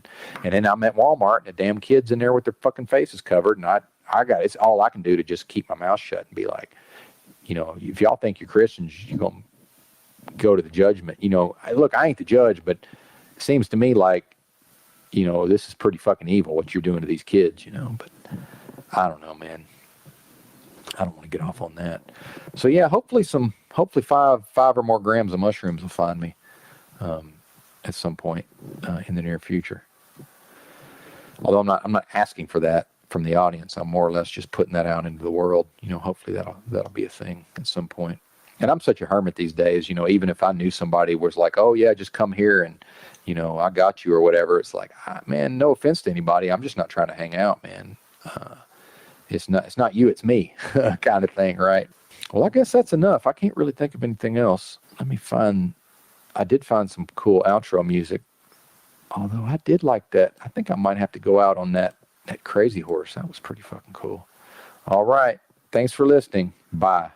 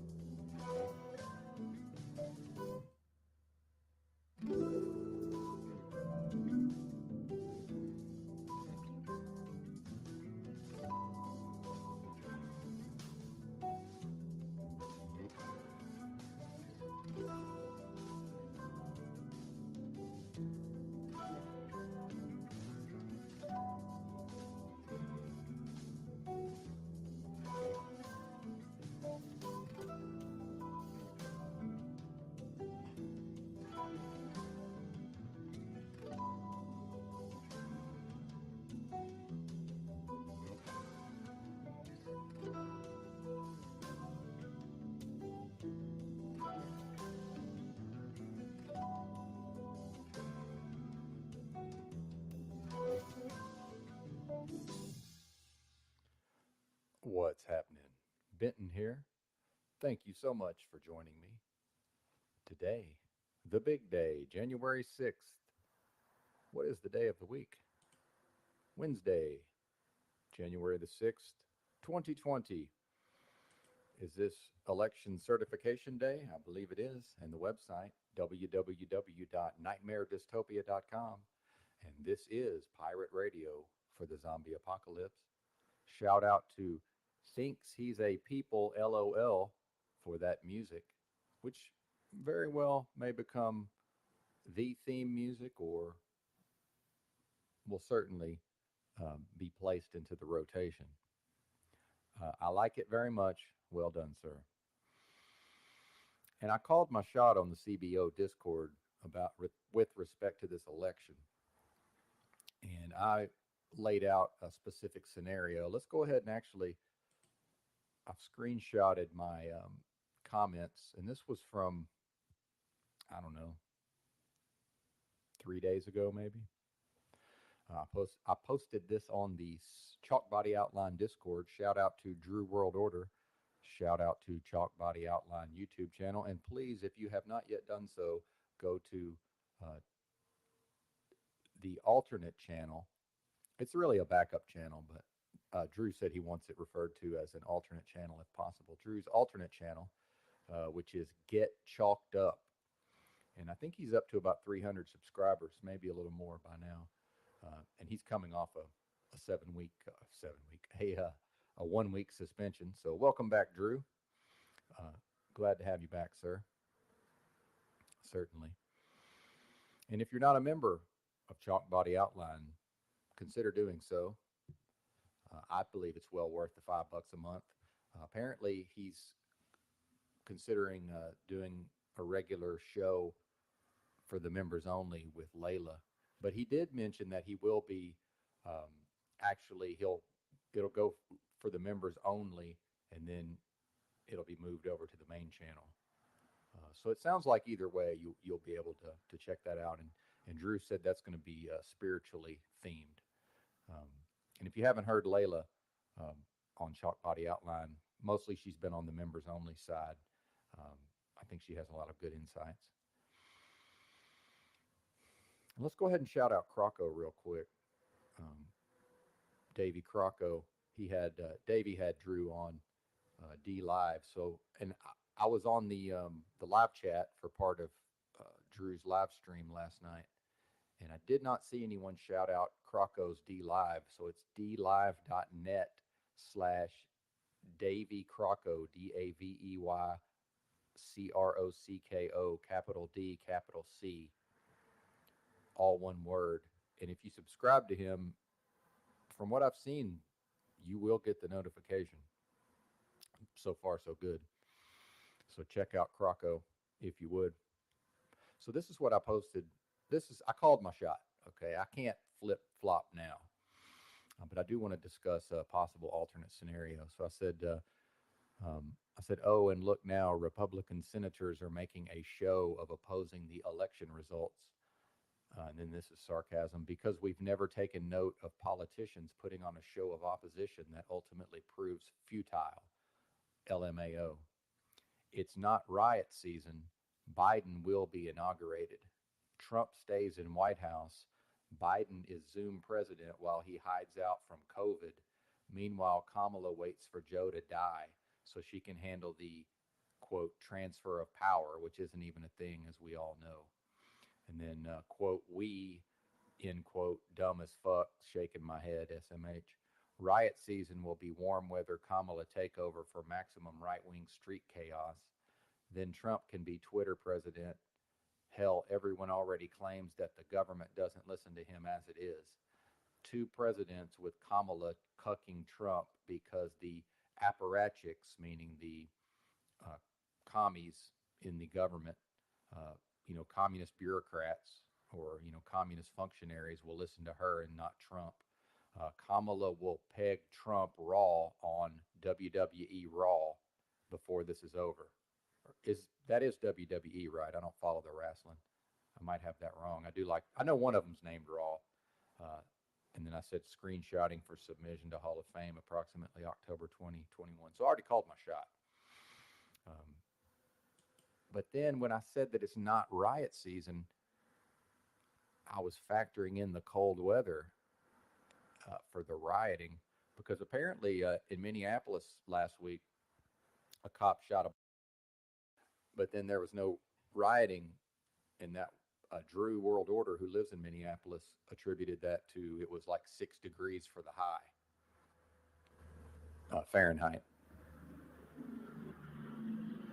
So it looks like, while not ideal riot weather, you know, all the West, and I started to say lefty West Coast cities, but I mean, that's redundant. So all the West Coast cities, especially the actual coast, you know, Seattle, Portland, San Francisco, Los Angeles, the weather's fine.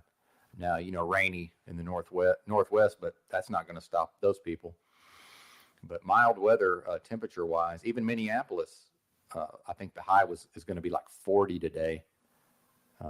So certainly the people that live there, that's almost like a spring day, I'm assuming.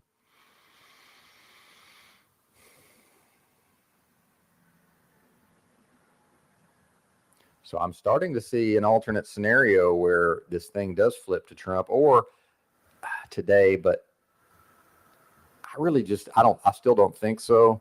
But I think, you know, things could be just left up in the air. Maybe, and something's going to go down today as far as with all this MAGA, supposedly, all these MAGA folks supposedly have descended upon DC. And then I saw this Twitter video, and I'm not real good at spotting this stuff that's, you know, agitprop. So I kind of took it at face value. But then when I played it,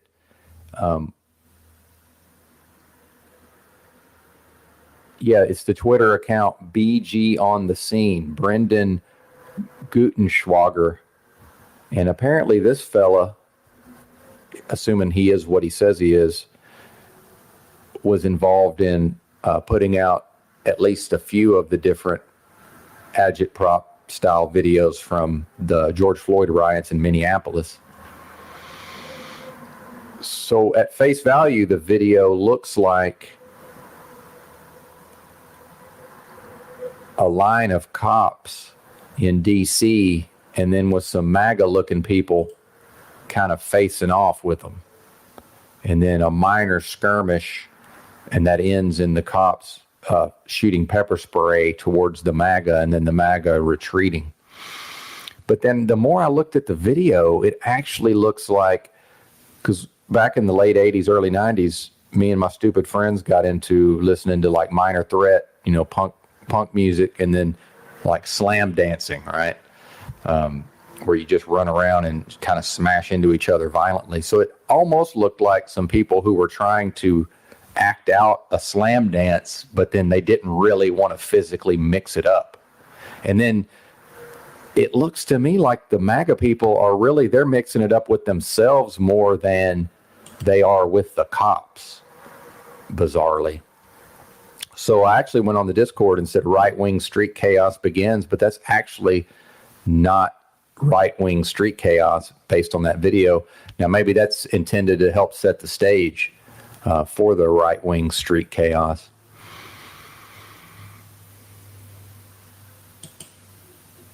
And then there's a U.S. Sun article that says MAGA fans scream traitor at Senator Mitt Romney on flight to D.C. as top GOP anti-Trumper prepares to confirm Biden victory. Well, what's this guy doing on a commercial flight, number one? I've actually flown quite a bit. I've never seen a famous person on a commercial flight. Wouldn't he be in first class? You know, would MAGA who actually, there's a video. Oh, he was not visible, but so was he up in first class? It says the MAGA fans were recorded in a video screaming traitor nearly 20 times at Romney, who was not visible, but apparently on the plane that appeared to be in Atlanta. And then it says a Trump fan confronted Republican Senator Mitt Romney at an airport. Well, look, something's being set up. And I think where I get frustrated sometimes with folks is that they're in the so-called truth community and they study all this material and they watch all these videos, but then there's a lot of their psychology seems to be involved in this left-right paradigm, which, you know, we know what Alex Jones is by now, but shout out to Alex Jones. He disabused me of that notion, you know, over 10 years ago, you know, but now I tune into Alex Jones on occasion, and him and that Owen Schroyer are covering, you know, the communism that's going on in the country, but then they just blame it all on the Democrats. But now here's Romney playing his WWE role, presenting himself in the airport, you know, presuming this is even Romney. Hell, he's got a mask on, who even knows? But Romney, you know, presenting himself to be abused. And then after the chant, a woman was heard saying, "Resign, Mitt. We want to know your connection to Burisma." I guess that's what that is. And Joe Biden, she continued, referring to a Ukrainian gas company that had Biden's son, Hunter, on the board of directors. And why is this always women? You know, where are the men? The woman mentioned the Electoral College, which is set to certify the presidential election results on Wednesday, and concluded, "Mitt Romney, you don't listen to your constituents."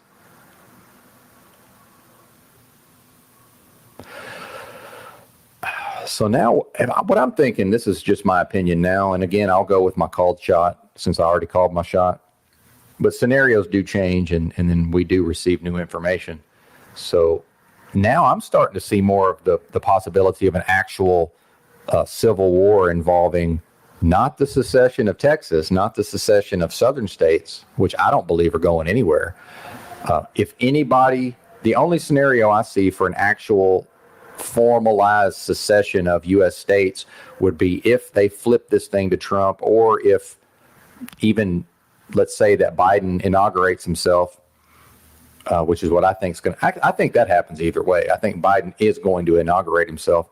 So whether Trump physically remains in the White House or not, I could certainly see a scenario in which at some point, you know, California, Oregon, and Washington is more or less like, look, you know, the process, this country's, you know, the democratic process has obviously failed. You know, now there's effectively two presidents. Or, you know, what if the courts do flip this thing for Trump today? And then if Biden actually stands down in the short term, I could absolutely see, you know, California, Oregon, and Washington just piecing out, or at least beginning the process. And California's talked about at least splitting up into, you know, different, like 4 different U.S. states. So that's what I see if there's going to be. And then when I say civil war, I mean actual states leaving, you know, like Civil War 2.0. Because like Drew World Order's pointed out, you know, you can't, you know, the right wing has all the guns, so how can they fight the left wing and all this?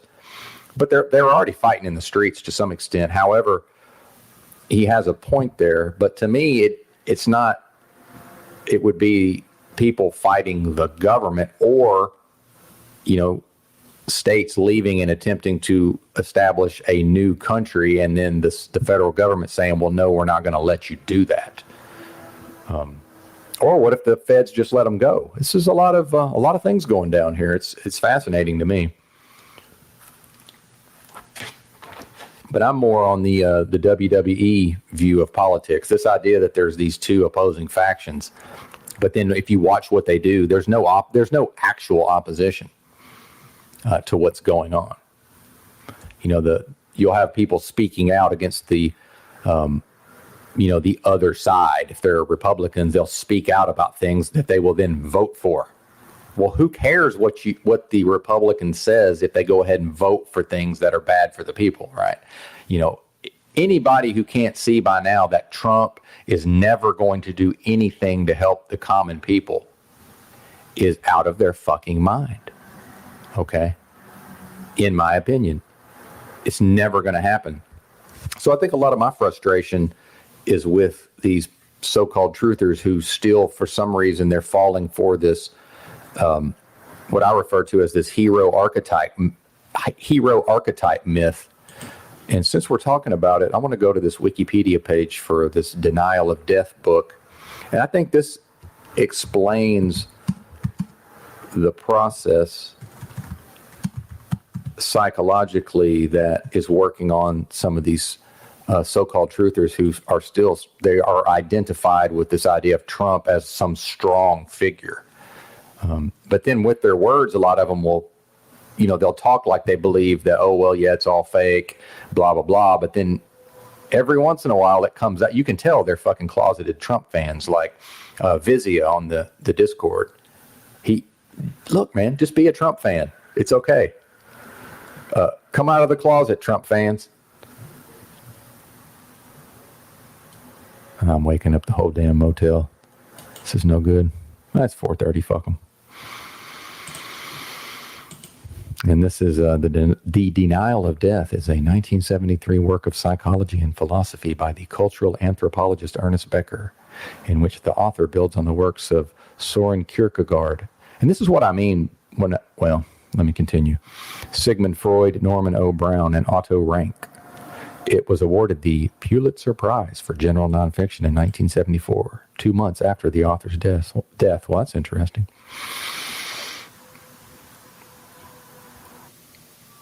Says the premise of the denial of death is that human civilization is ultimately an elaborate symbolic defense mechanism against the knowledge of our mortality, which in turn acts as the emotional and intellectual response to our basic survival mechanism.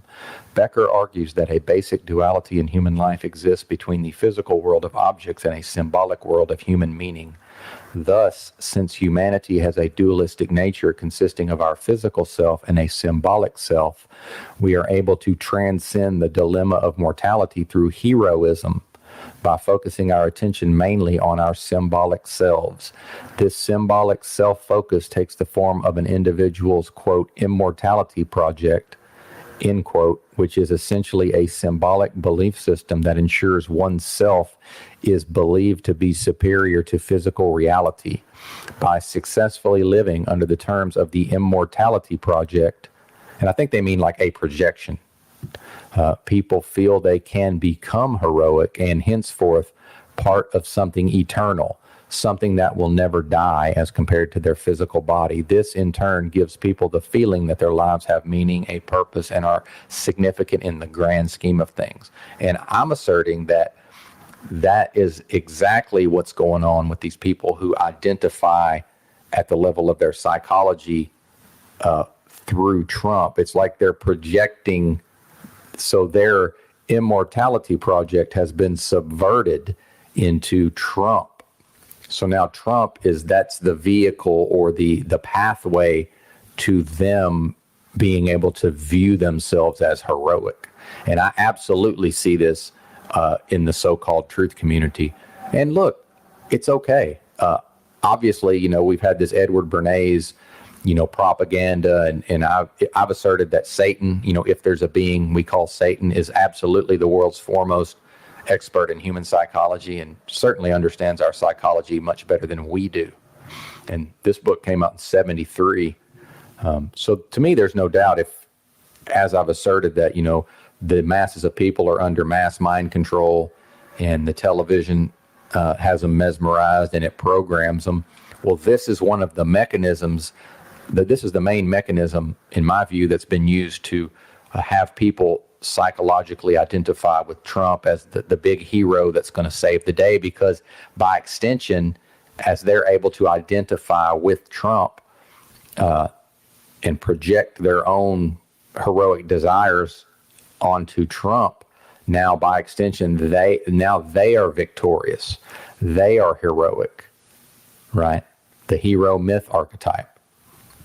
And if you tune into Alex Jones, he's covering news that gets a lot of people riled up and upset. But then he says Alex Jones is very good at then redirecting, all that, all those emotions, and saying things like, you are in the arena.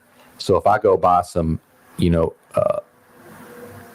X2 atomic iodine, well, now I'm in the arena and now I'm part of the solution. And now my brain is now tricked into thinking I've actually done something to solve the political problems here in the United States and the social problems, when in fact I've done nothing other than buy some nutritional supplements.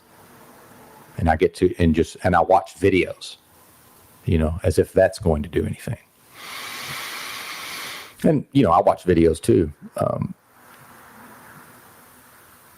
Nothing wrong with entertainment, and especially if you can get some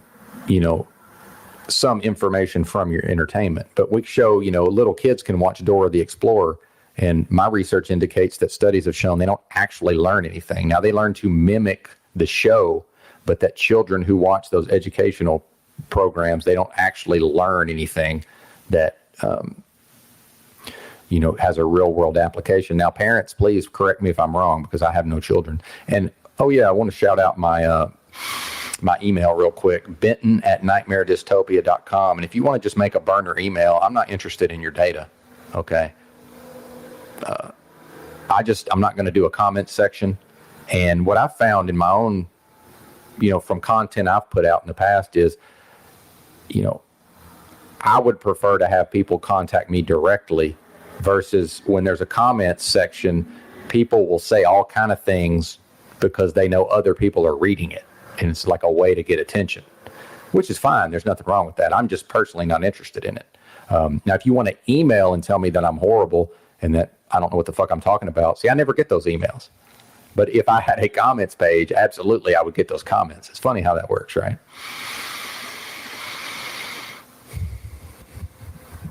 It says immortality projects are one way that people manage death anxiety. Some people, however, will keep themselves drunk. Benton raises his hand, or use drugs to escape their anxiety in the face of death. Well, I personally don't have anxiety in the face of death. I have anxiety in the face of this satanic beast system that's already done what it can to control my mind and is now apparently going to attempt to control my physicality. Others will try to manage the terror of death by ignoring the problem and tranquilizing oneself with the trivial, a term Becker borrowed from Kierkegaard. Becker describes the success of the Christian world picture as being able to take slaves, cripples, the simple, and the mighty and turn them into heroes of their own story by looking beyond this world to the heavenly realm where they will be rewarded for their heroism by God and live with him forever. Well, yeah, and Trump is God in that scenario, in these people's minds. Now, they don't understand it. They don't know that's what's happening because it's mostly working in their subconscious. See how devious this is? And that's where the signs and symbols comes in. So what does Trump symbolize to these people? That big, strong, infallible God. Trump is now God in these people's minds. And especially look at the breakdown of Christianity. The fact that, if we had actual Christians in this country that practice what their religion says to practice, and if this was actually a Christian nation, which we've been led to believe, you couldn't have school children forced to wear masks at school. It would be impossible. Okay. Impossible. So clearly these people, if you observe the so-called Christians, they clearly don't believe in God at the level. Now, do they believe in something greater than themselves that would function as a God or, a higher power? Obviously they do, but that's now Trump. Trump is their higher power. That's how evil this thing's gotten. And there are absolutely some so-called truthers that fall into this.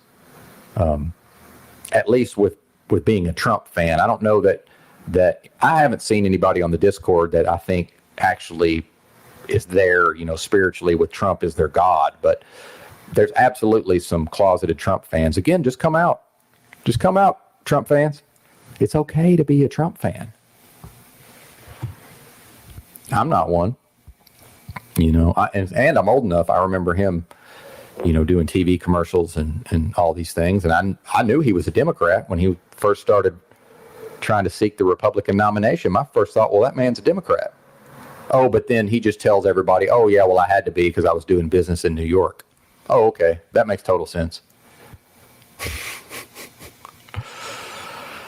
Oh, man.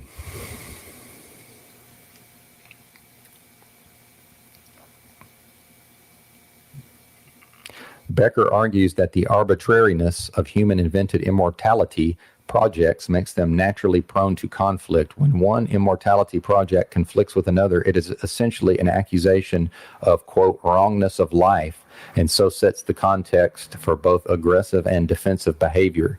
Each party will want to prove its belief system is superior, a better way of life. Thus, these immortality projects are considered a fundamental driver of human conflict, such as in wars, bigotry, genocide, and racism. Another theme running throughout the book is that humanity's traditional hero systems, such as religion, are no longer convincing in the age of reason. Well, I don't know about that age of reason, but however, he argued the loss of religion leaves humanity with impoverished resources for necessary illusions. Science attempts to serve as an immortality project, something that Becker believes it can never do because it is unable to provide agreeable absolute meanings to human life. Yeah, but Trump will happily provide you with a meaning of life. So will Alex Jones. You are in the arena. The book states that we need new convincing illusions that enable us to feel heroic in ways that are agreeable. Becker, however, does not provide any definitive answer, mainly because he believes that there is no perfect solution. And don't look to me for solutions. I'm a talker. I want to think about ideas. I'm a deep thinker, as hilarious as that might sound. I don't have the answers. I might have some answers here and there for certain things, but I don't have, quote, the answers. Oh, what do we do now? And that's something I wanted to talk about. And I think I have some notes on this now that it's come to mind. There was this fella on a recent Drew World Order live stream. I think it was his New Year's Eve, actually, that he had to do on his alternate channel, Get Chalked Up. And some fella from New York State called in, or I think actually the guy grew up in Brooklyn, if I remember correctly, Ralph somebody.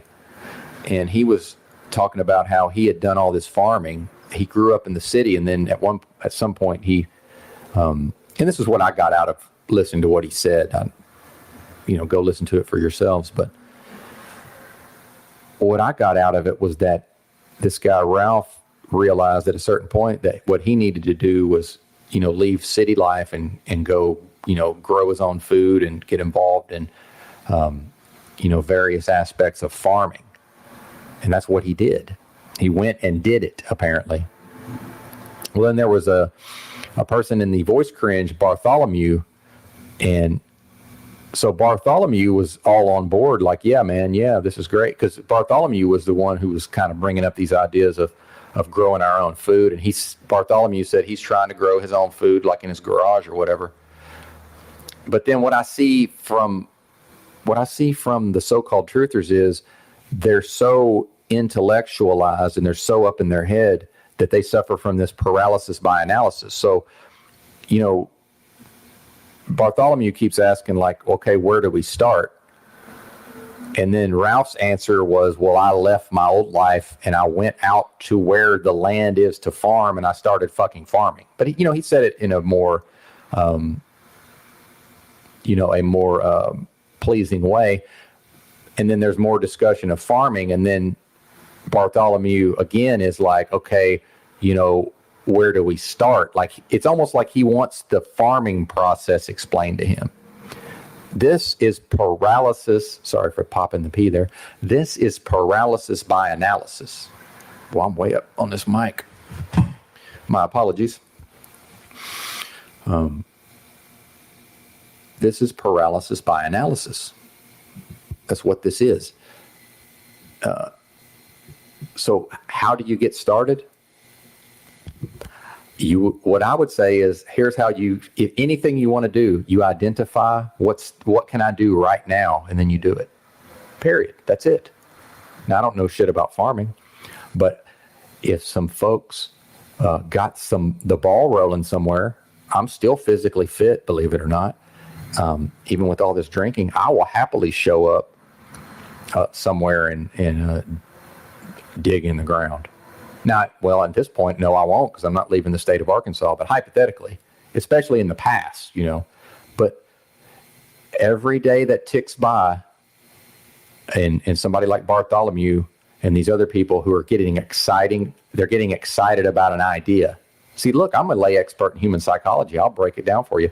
What's the relevance of getting excited by an idea if you don't actually act on it, any of it? What are you doing? Not you, the listener, but what are these people doing? And I myself have this tendency, paralysis by analysis. I want to gather all the information and have a perfect system in my head and then act. That's not, that in most endeavors, that is completely unrealistic. So when I got into this guns and ammo, I recognized, okay, I have this propensity to paralysis by analysis, and I'm certainly capable of spending, vast amounts of time learning everything there is to know about firearms. But it would take me months and months and months. And then again, I still wouldn't know everything, but I could, in a period of 6 months to a year, I'm absolutely capable of absorbing more or less all the written material I can get my hands on about guns and ammo, and then making decisions. Well, guess what would have happened by then? If I had done a 6 months to year process, there's no availability. Now there is availability, but my money goes half as far as it went earlier, see? And then some certain firearms, you just can't get them. Like I got I've been talking about this Glock 10 millimeter handgun. I paid way too much for it because I got it late in the game, unavailable. Now, if I had done my paralysis by analysis 6 months to a year, okay, then I would have known, hey, okay, this was what you need. This is one of the things you probably ought to buy in the early stages when the prices are still low, comparatively low. I mean, they were already high, but when they were low compared to now, and when there was more or less full availability, except it took me 9 months to figure out that that's what I wanted. So a lot of this just comes down to strategy and knowing yourself. So I immediately saw, okay, this is a fool's errand if I invest all this time and energy in learning about firearms. What I can do is do a small amount of basic research, pick a handgun caliber. Okay, 45 ACP. Okay, buy a 45 ACP. Beto said, hell yes, we're going to take your AR-15s and your AK-47s. Oh, well, I'm a good patriotic American, or I believed I was at the time, so I need to buy me a battle rifle. Well, I'm an American, so give me an AR-15. Now, yeah, AKs are cool, but give me an AR-15. So that's what I did. But what I didn't do is embark on this long, arduous process of gathering all of the information and then acting. No, I saw that I had money in my bank account, and I said, went to a couple of websites. Oh, look, you can order firearms online. Well, how does that work? A little bit of research. Oh, they just ship it to a gun dealer in your state, and then you go to the gun dealer, and then they go for a fee. They do the transfer process. Okay. Went on the website.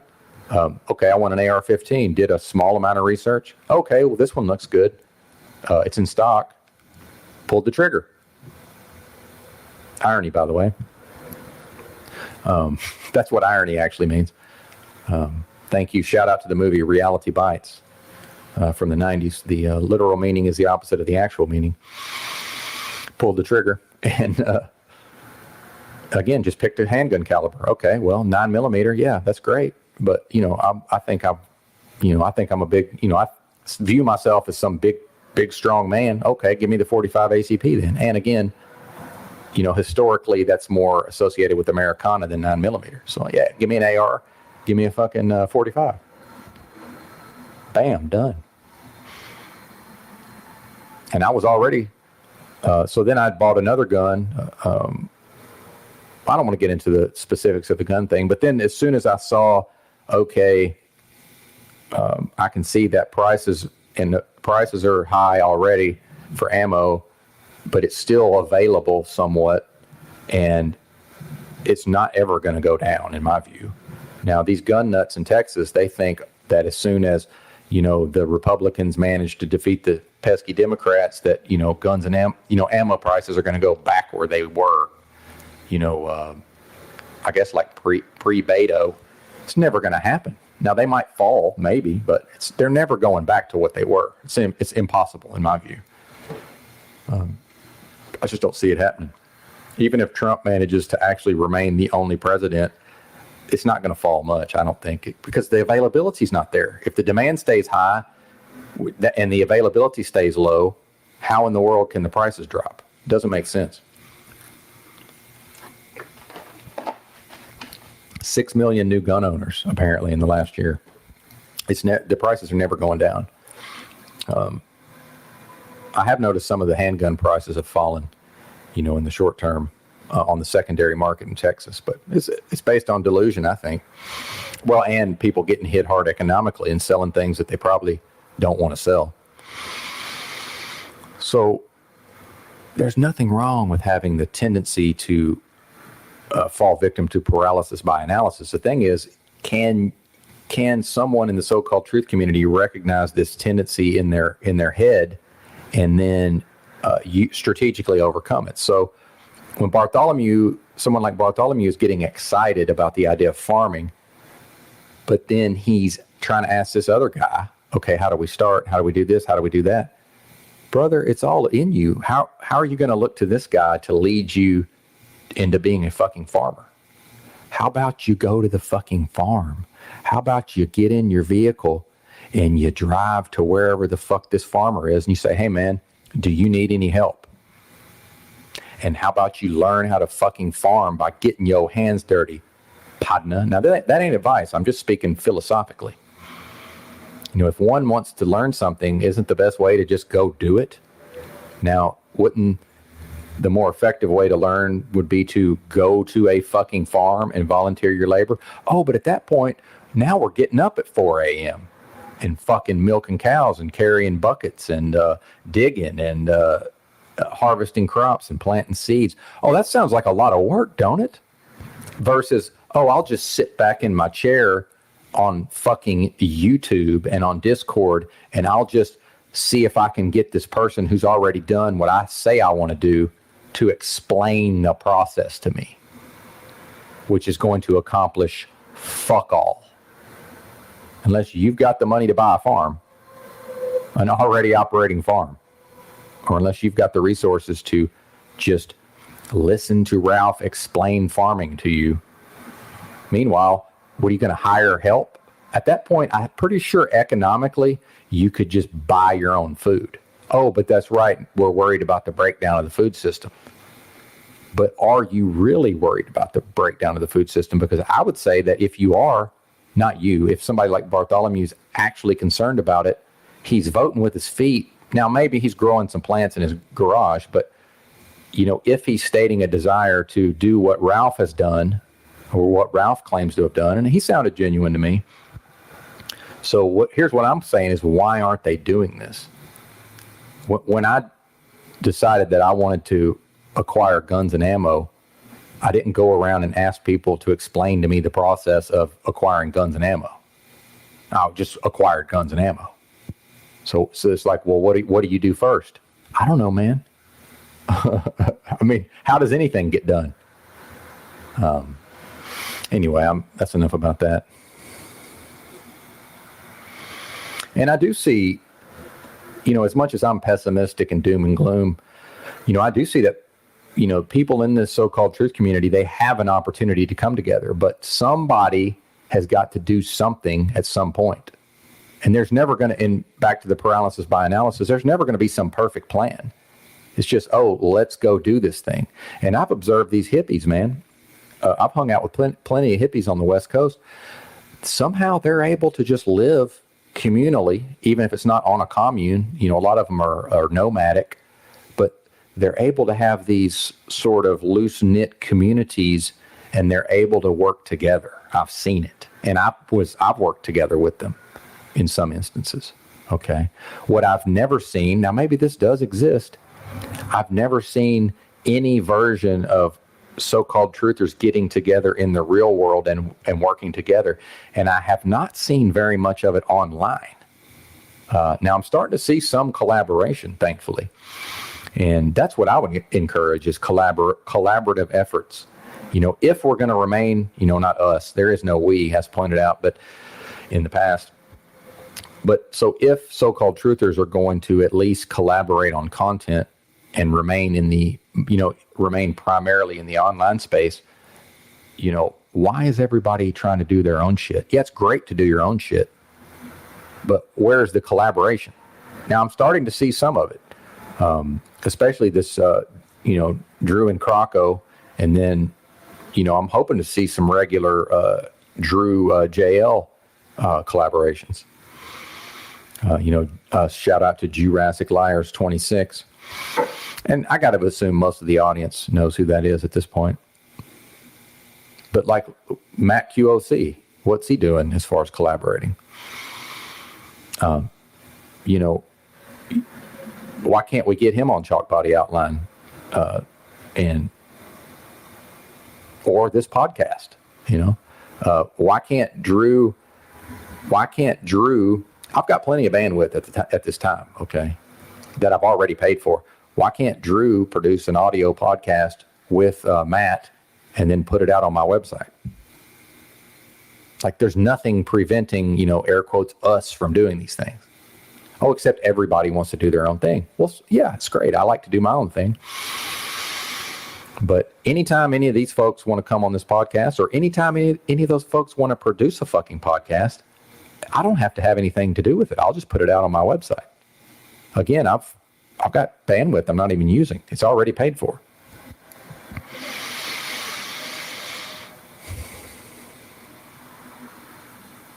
Now, people do have an opportunity to come together, but that can only happen if everybody contributes what they're able to contribute. So when somebody's like, well, what can I do? What can I do? I don't know. You tell me what you can do.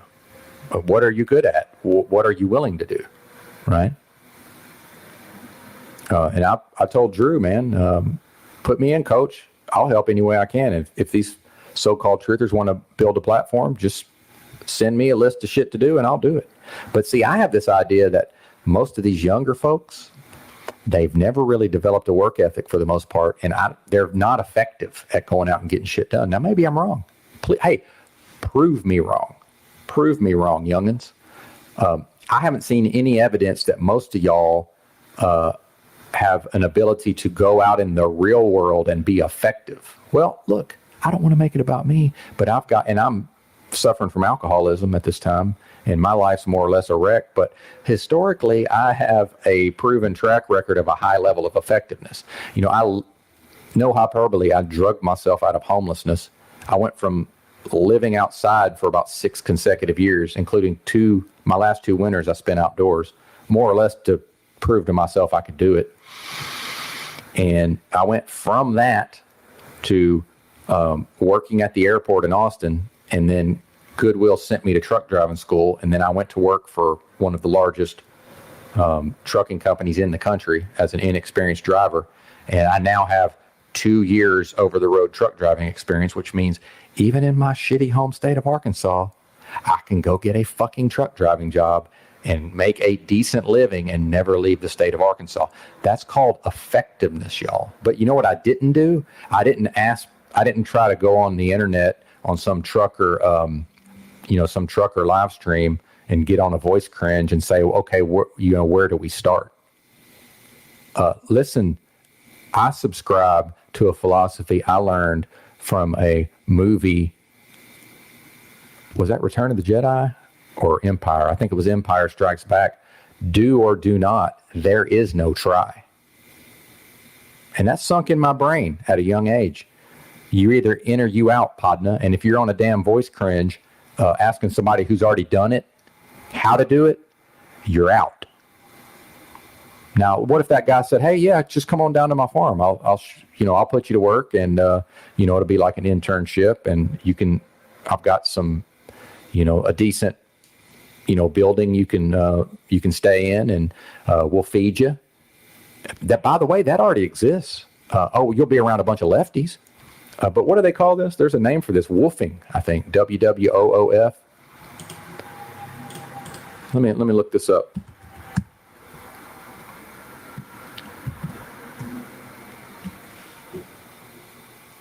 So 2 years ago, if you saw that, man, shit's getting bad, I need to learn how to farm.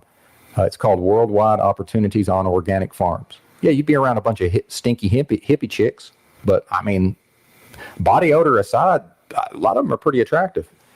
But yeah, you show up and they provide you a place to stay and food, and then you work on the farm. But like the Bob Dylan song, I'm not going to work on Maggie's farm anymore. Well, Bob Dylan don't look like he's done a day's work in his life if you look at him physically. Now, some of y'all, I'm listening to your voices.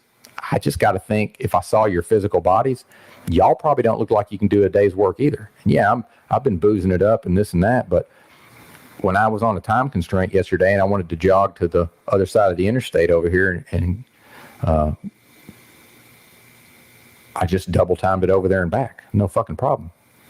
And I'm out of shape compared to my standards, but I'm probably in better shape than most of y'all. And I'm fucking 45. And I'll take the Pepsi challenge with y'all 25-year-olds' physical work ethic any day of the fucking week. Okay? Let's go do some Mexican day labor, partner. You see, you can't fake Mexican day labor. If you show up to that site and you don't work, they will tell you to hit the fucking bricks. Okay? Period. So either you in or you out. Do or do not. There is no try. Get her done. But can you motivate yourself?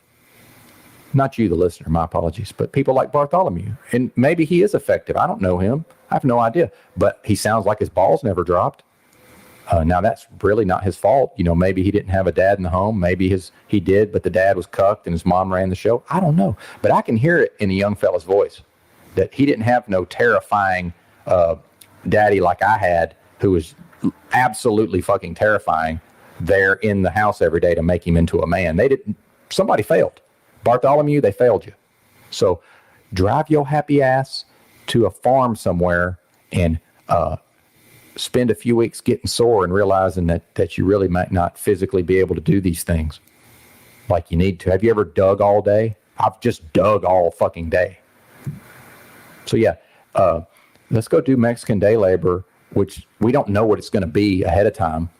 It's just going to be whatever they need. Oh, 8 to 10 hours of digging. Oh, it's raining. Well, we're still going to keep digging. Yeah, just 8 hours of digging in the rain with a fucking shovel. No fucking problem. Oh, while homeless and carrying a fucking 35-pound backpack. How about you? Now, look, I'm not bragging. I'm saying if you can't do that, what the fuck are you talking about? You're going to go farm? So you're going to go from city life, from your comfortable shit. Sorry. Motherfucker.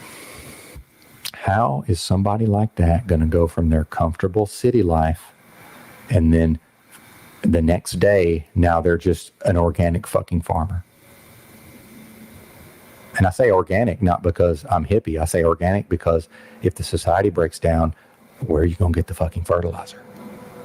You're going to have to make your own, partner. You know what I mean? It's going to be, look, back in the day, it was all organic. Okay. I don't mean organic like, oh, lefty hippie. I mean like, DIY, man, do it yourself. And like this podcast, brothers, a high level of effectiveness. I didn't ask nobody, hey, man, I'd really like to do a podcast, and then just wait around for somebody to offer me a podcast. I made a fucking podcast. Do something. You're still here. Now, yeah, I got on the Discord and had a pity party. Oh, shout out to the CBO Discord for pulling me back to reality. I had a freak out and was fucking feeling sorry for myself. They don't tolerate it. Good, they shouldn't. But do something. And look, if I ain't, again, as mentioned in previous podcasts, if I'm not talking to you, I'm not talking to you. Okay? Do something. I don't care what it is. Whatever you can do, do it. Time is ticking away. Time was already ticking away. Time's been ticking away.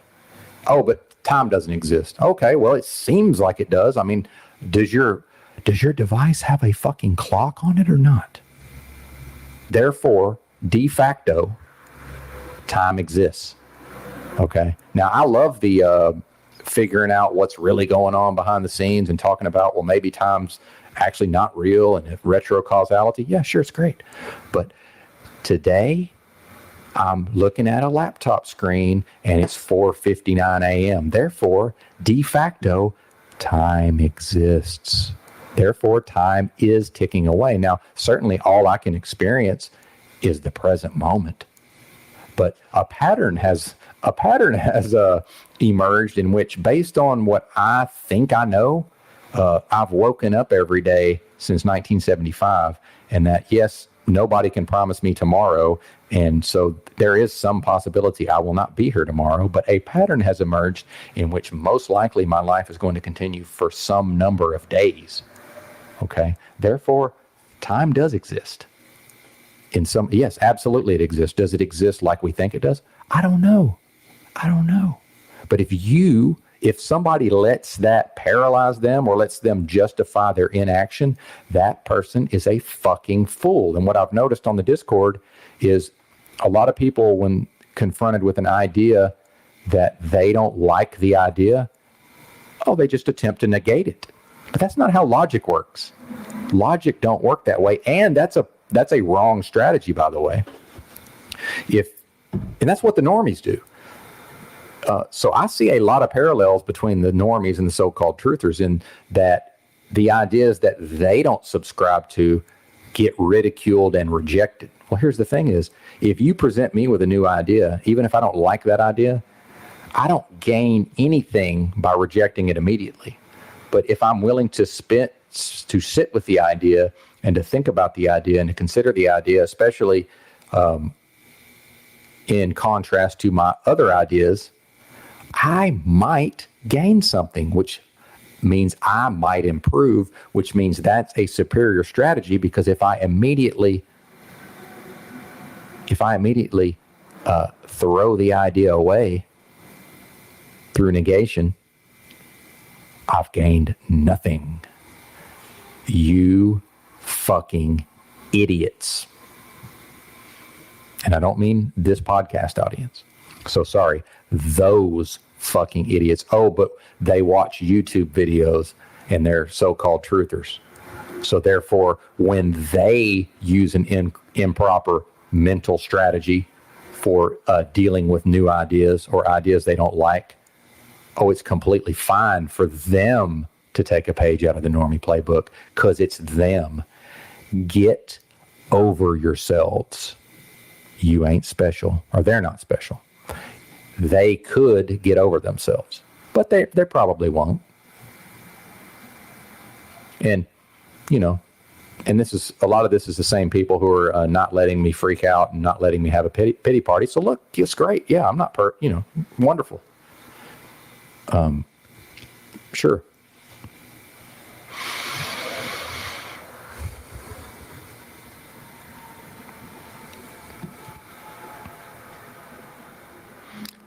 I guess I've pretty much finished up on this denial of death.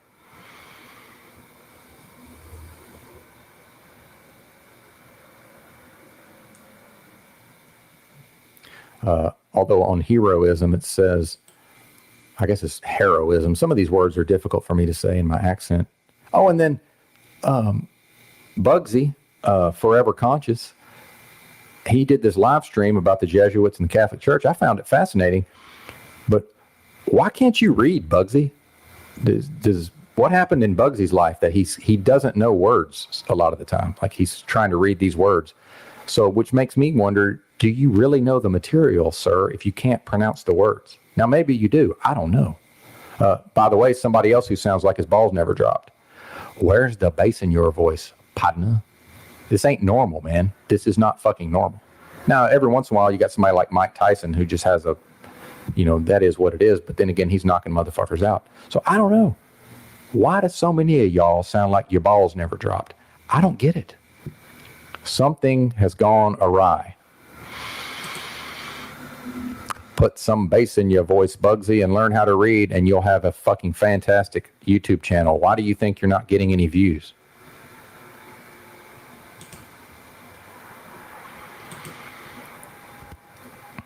A hero is a real person or a fictional character who, in the face of danger, combats adversity through feats of ingenuity, courage, or strength. Like other formerly solely gender... I don't even want to get into the gender thing. Blah, blah, blah. The original hero type of classical epics did such things for the sake of glory and honor. On the other hand are post-classical and modern heroes who perform great deeds or selfless acts for the common good instead of the classical goal of wealth, pride, and fame. The antonym of a hero is a villain. Other terms associated with the concept of a hero may include good guy or white hat. Yeah, it's a hero myth. Yeah. All right, back to the notes. So I'm wondering with this agitprop video that I talked about earlier, is the system, and we talked about Ted Kaczynski in the past, and in fact, you know, my graphic that Chalk Body Outline made for me, my face is literally the Unabomber, well actually the second Unabomber sketch, not the real one. So it's like the second Unabomber sketch. So according to the writings that were attributed to Ted Kaczynski, according to the official fiction, you know, if there was even a Ted Kaczynski, who knows? But you know, the only thing that's going to happen is what's going to serve the system. So if there's some sort of revolution or uprising or something that appears to be grassroots, or you know, this idea that somebody like Obama or Trump can just, you know, air quotes, come out of nowhere and rise up through the system. Well, Kaczynski explains in excruciating detail how that's a bunch of fucking poppycock, and that the system will recognize that it needs to, that these things are going to happen. So what the system is going to do is at various times manage, you know, those revolutions and these, you know, when groups of people have like this swell of emotion and this up, you know, whatever this, you know, desire to reform the system. Okay.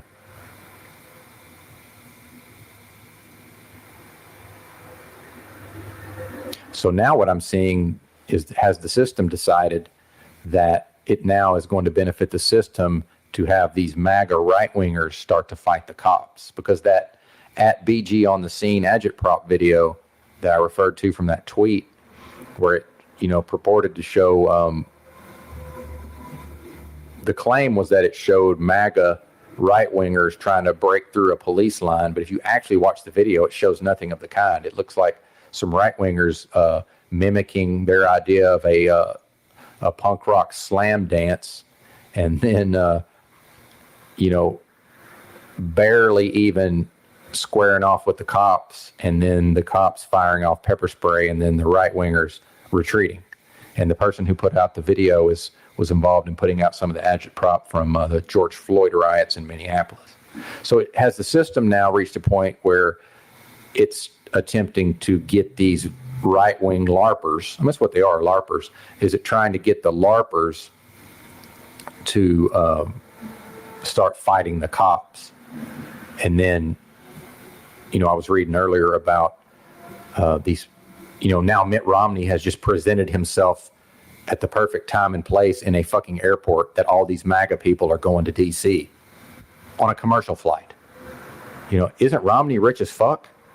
What's he doing flying commercially? Hang on, let's Mitt Romney net worth.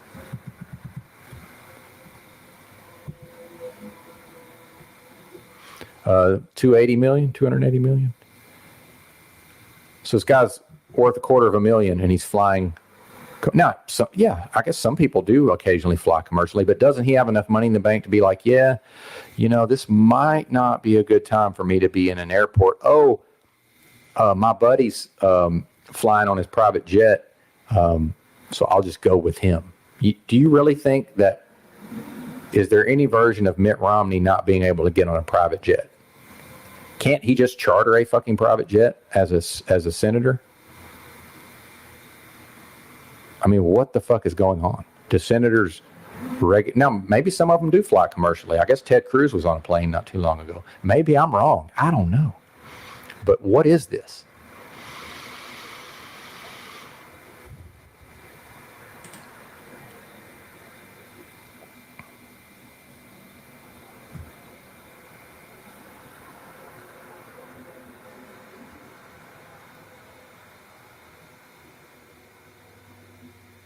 And, you know, if MAGA is actually going to start fighting the cops, so is MAGA the new Antifa then? You know, Antifa's got like over a decade of experience fighting the cops in Portland. I've seen it with my own eyes. I watched Antifa fight the cops in Portland. Okay. I mean, is this really going to happen? Was this the MAGA heel turn? Right. Now, I'll talk about my opinion on cops. I don't know if I want to get into that now, but I did want to talk about this since I brought up Ted Kaczynski, and then Drew World Order was talking about Mark Passio on his live stream, on Drew's live stream last night. And I've also absorbed some of Passio's materials. And then at one point, I had said something on the Discord that said I'm an anarchist at heart, which I think I then got associated with, like Antifa or left wingers. But I've got a clip from Crow 777 from his website. Shout out to Crow 777, Crow 777 Radio, I think is the website. And since I'm on a podcast hosted out of Iceland, I can absolutely just play this man's podcast. And if he contacts me and says, hey, don't play my shit, I won't. But until then, I will. So this is Passio and Crow 777 talking about anarchy. Here we go. I don't know. Should we quote the construct Johnny Rotten before we jump in here? He wants to be anarchy, but this is my point. What anarchy means and the way it's been presented in the popular consciousness. Look at the Sex Pistols. I think at the end of that song, a bunch of times he says destroy and things like this. It's the negative connotation being put on these ideas. Clearly, the Sex Pistols is wholly a construct. As a matter of fact, their whole genre is provably a construct, punk rock. And I was hook, line, and sinker into that. I was in a punk rock band, by the way. But where do you want to jump in here with anarchy, Mark? Well, I think that's a great place to start, is with the etymology of the word. A lot of times people don't realize that the words that we speak in the English language have origins in ancient languages like Latin and Greek. Anarchy is no different. I would say it's estimated that probably around between 60 and 70% of the words that we speak in English have origins in Latin and Greek. So anarchy comes from the ancient Greek roots. It's a prefix, an, a or an in Greek, if it's added onto a word, means the absence of or without, not present. And then the root word is the noun archos, archon, and that means master or ruler in the specific connotation that it does not mean like the master of an art or the master of a skill. The connotation of or a ruler that they're talking about is the master over a slave or a ruler over an archon is an authority figure that owns another being, owns a person. Okay, so the master of a slave. So if you put those two root words together, an archos and archon, you get without a ruler, without a master, the absence of a ruler, the absence of a master. And that is all the word anarchy has ever meant, means now, and ever will mean. The connotation that people take the meaning of the word in today is a falsely derived definition to mean lawlessness, disorder, chaos. These are the things, these are the images that are conjured up when one says the word anarchy. If you played a word association game with people on the street and you said, give me the first word that comes to your mind, anarchy, go.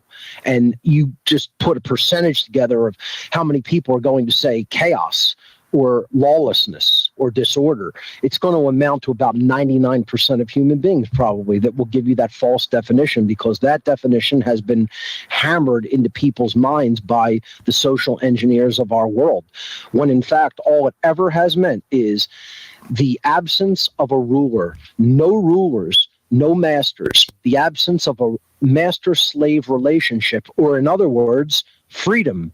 Anarchy literally means the state of not being in slavery. That is literally what it means, not having a master or a ruler. Now, if you tell people, give me a word association, one word, and I'd say to you, no masters, no rulers, most people are going to say that means freedom. But that is exactly what the word anarchy means. Anarchy means without rulers. It does not mean without rules. It does not mean without order. It does not mean that there is total lawlessness and chaos, because there are always rules under natural law. And that's a good place to stop. So yes, based on what Mr. Passio just described, yes, I am an anarchist. That's what I believe in. I believe that I am my own master in this realm, and that if I choose to follow, my higher power, the Creator, the Most High, and follow the example and teachings of Christ from the Bible, but no man, I'm not a slave. No man is my master. Now, obviously, this beast system has enslaved us collectively are enslaved. Okay.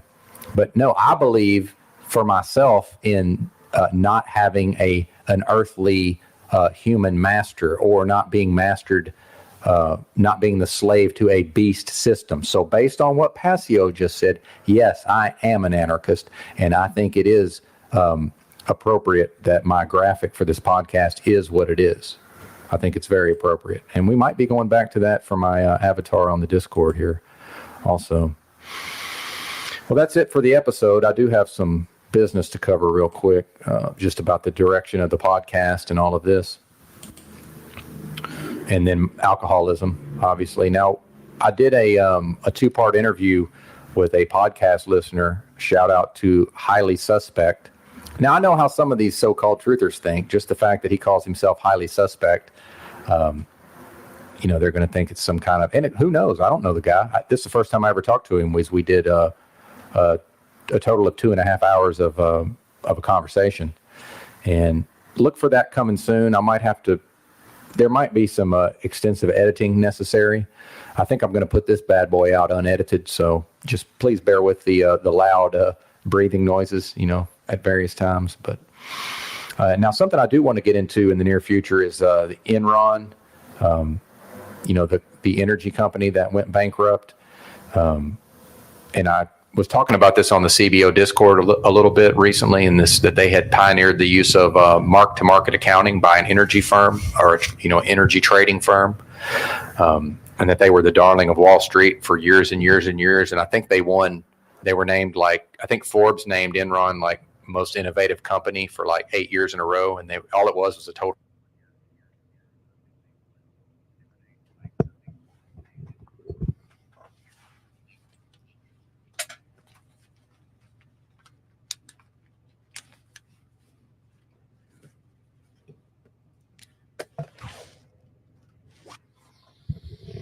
What's happening? It is I, your host, Benton.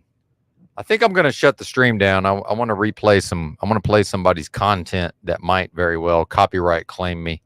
So I don't want to have the stream taken down. So I know Z's live, so the numbers will be kind of low anyway. But and pardon my appearance here, but it's freezing my balls here in the truck. Let me see. Anyway, that was 2 episodes of my old podcast, which ran 56 total episodes. Perhaps I'll reboot it at some point. Maybe the website will magically reappear onto the web at some point. So thanks for... and shout out to Big L. I was talking to him on the phone, and he's disconnected. I'm hoping he's just in the middle of nowhere. It's like, man, I hope the dude didn't wreck or something. But so thoughts and prayers to Big L. Anyway, thanks for listening. Bye.